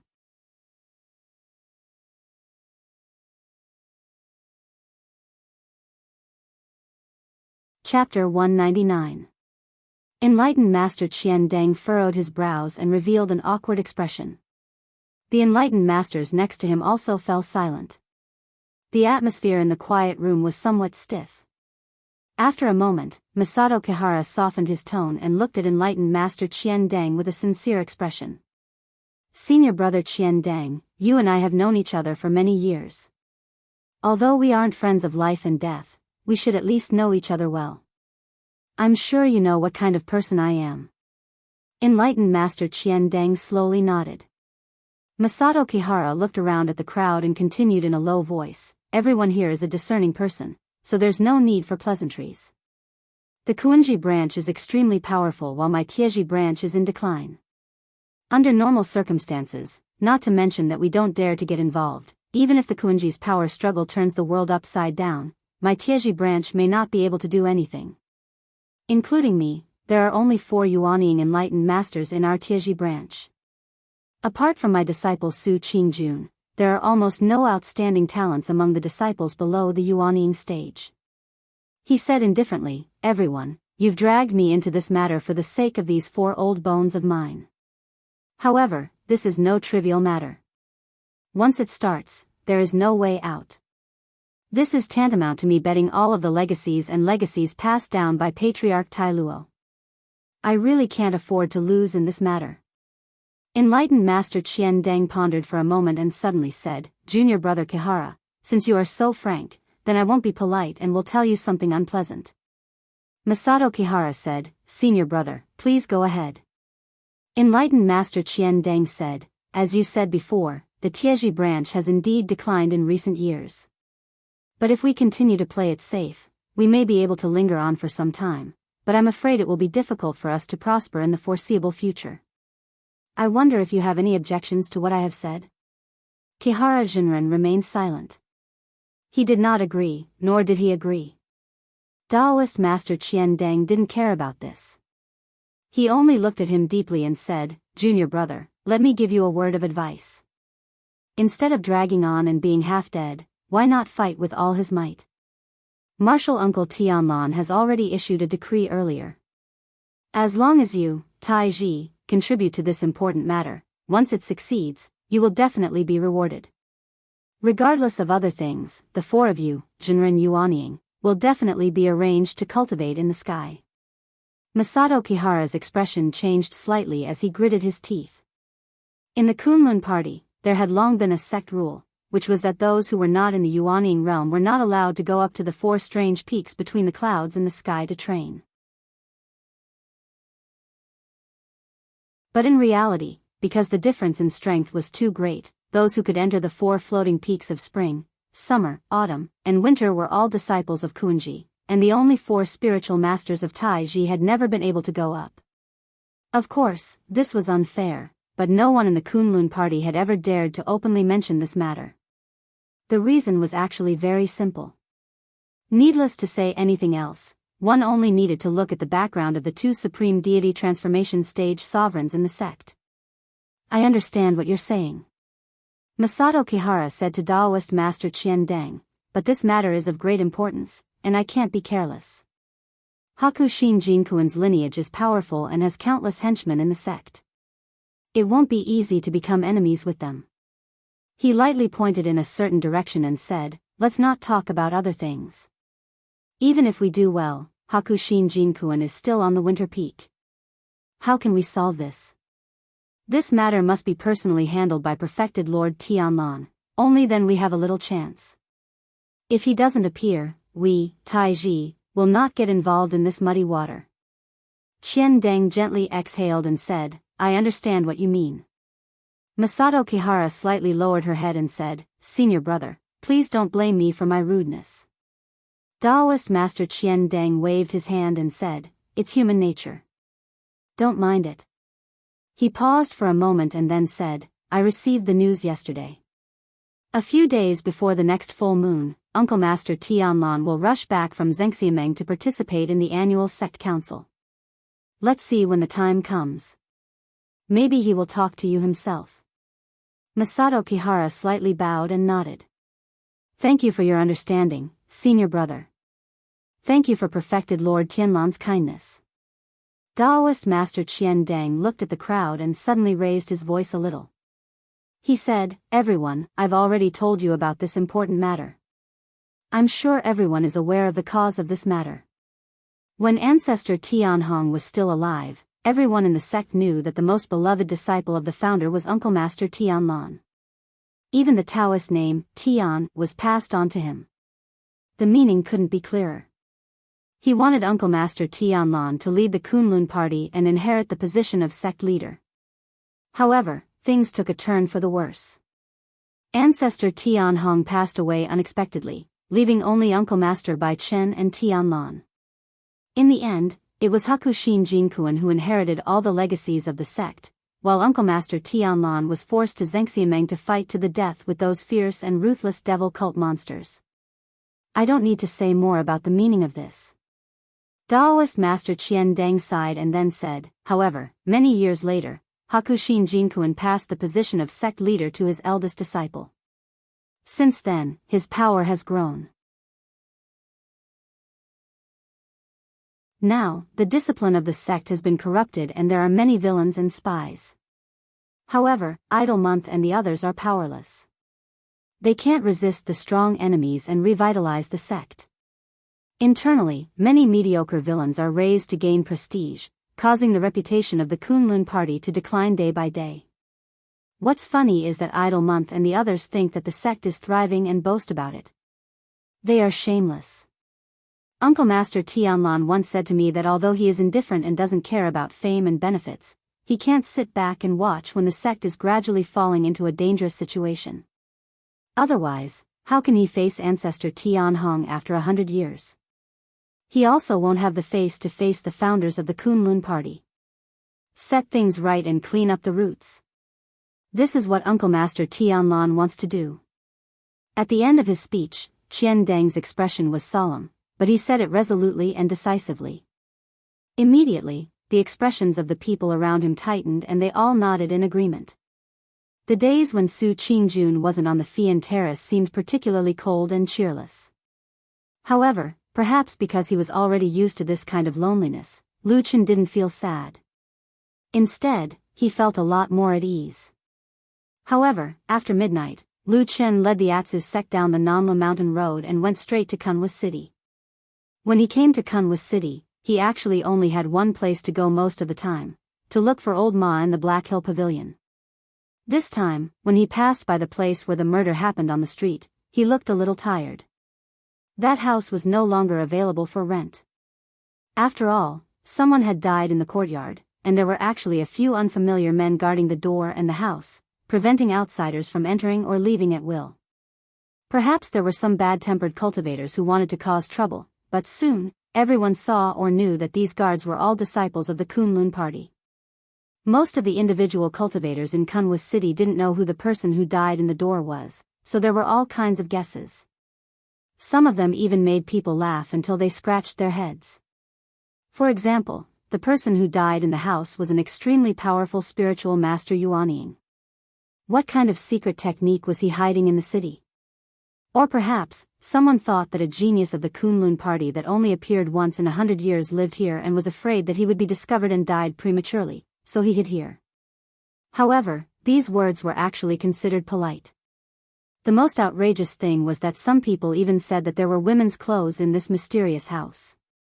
Perhaps they were the old lovers of the spiritual master Idle Month, the current spiritual master of the Kunlun party. This kind of words could be said to be malicious, but of course, it was also possible that some people were really stupid and wanted to discredit spiritual master Idle Month. Of course, Lu Chen knew what happened in the house, but he naturally didn't know some specific details. One of the reasons he came to Kunwa City today was to ask Old Ma about what happened that day in detail.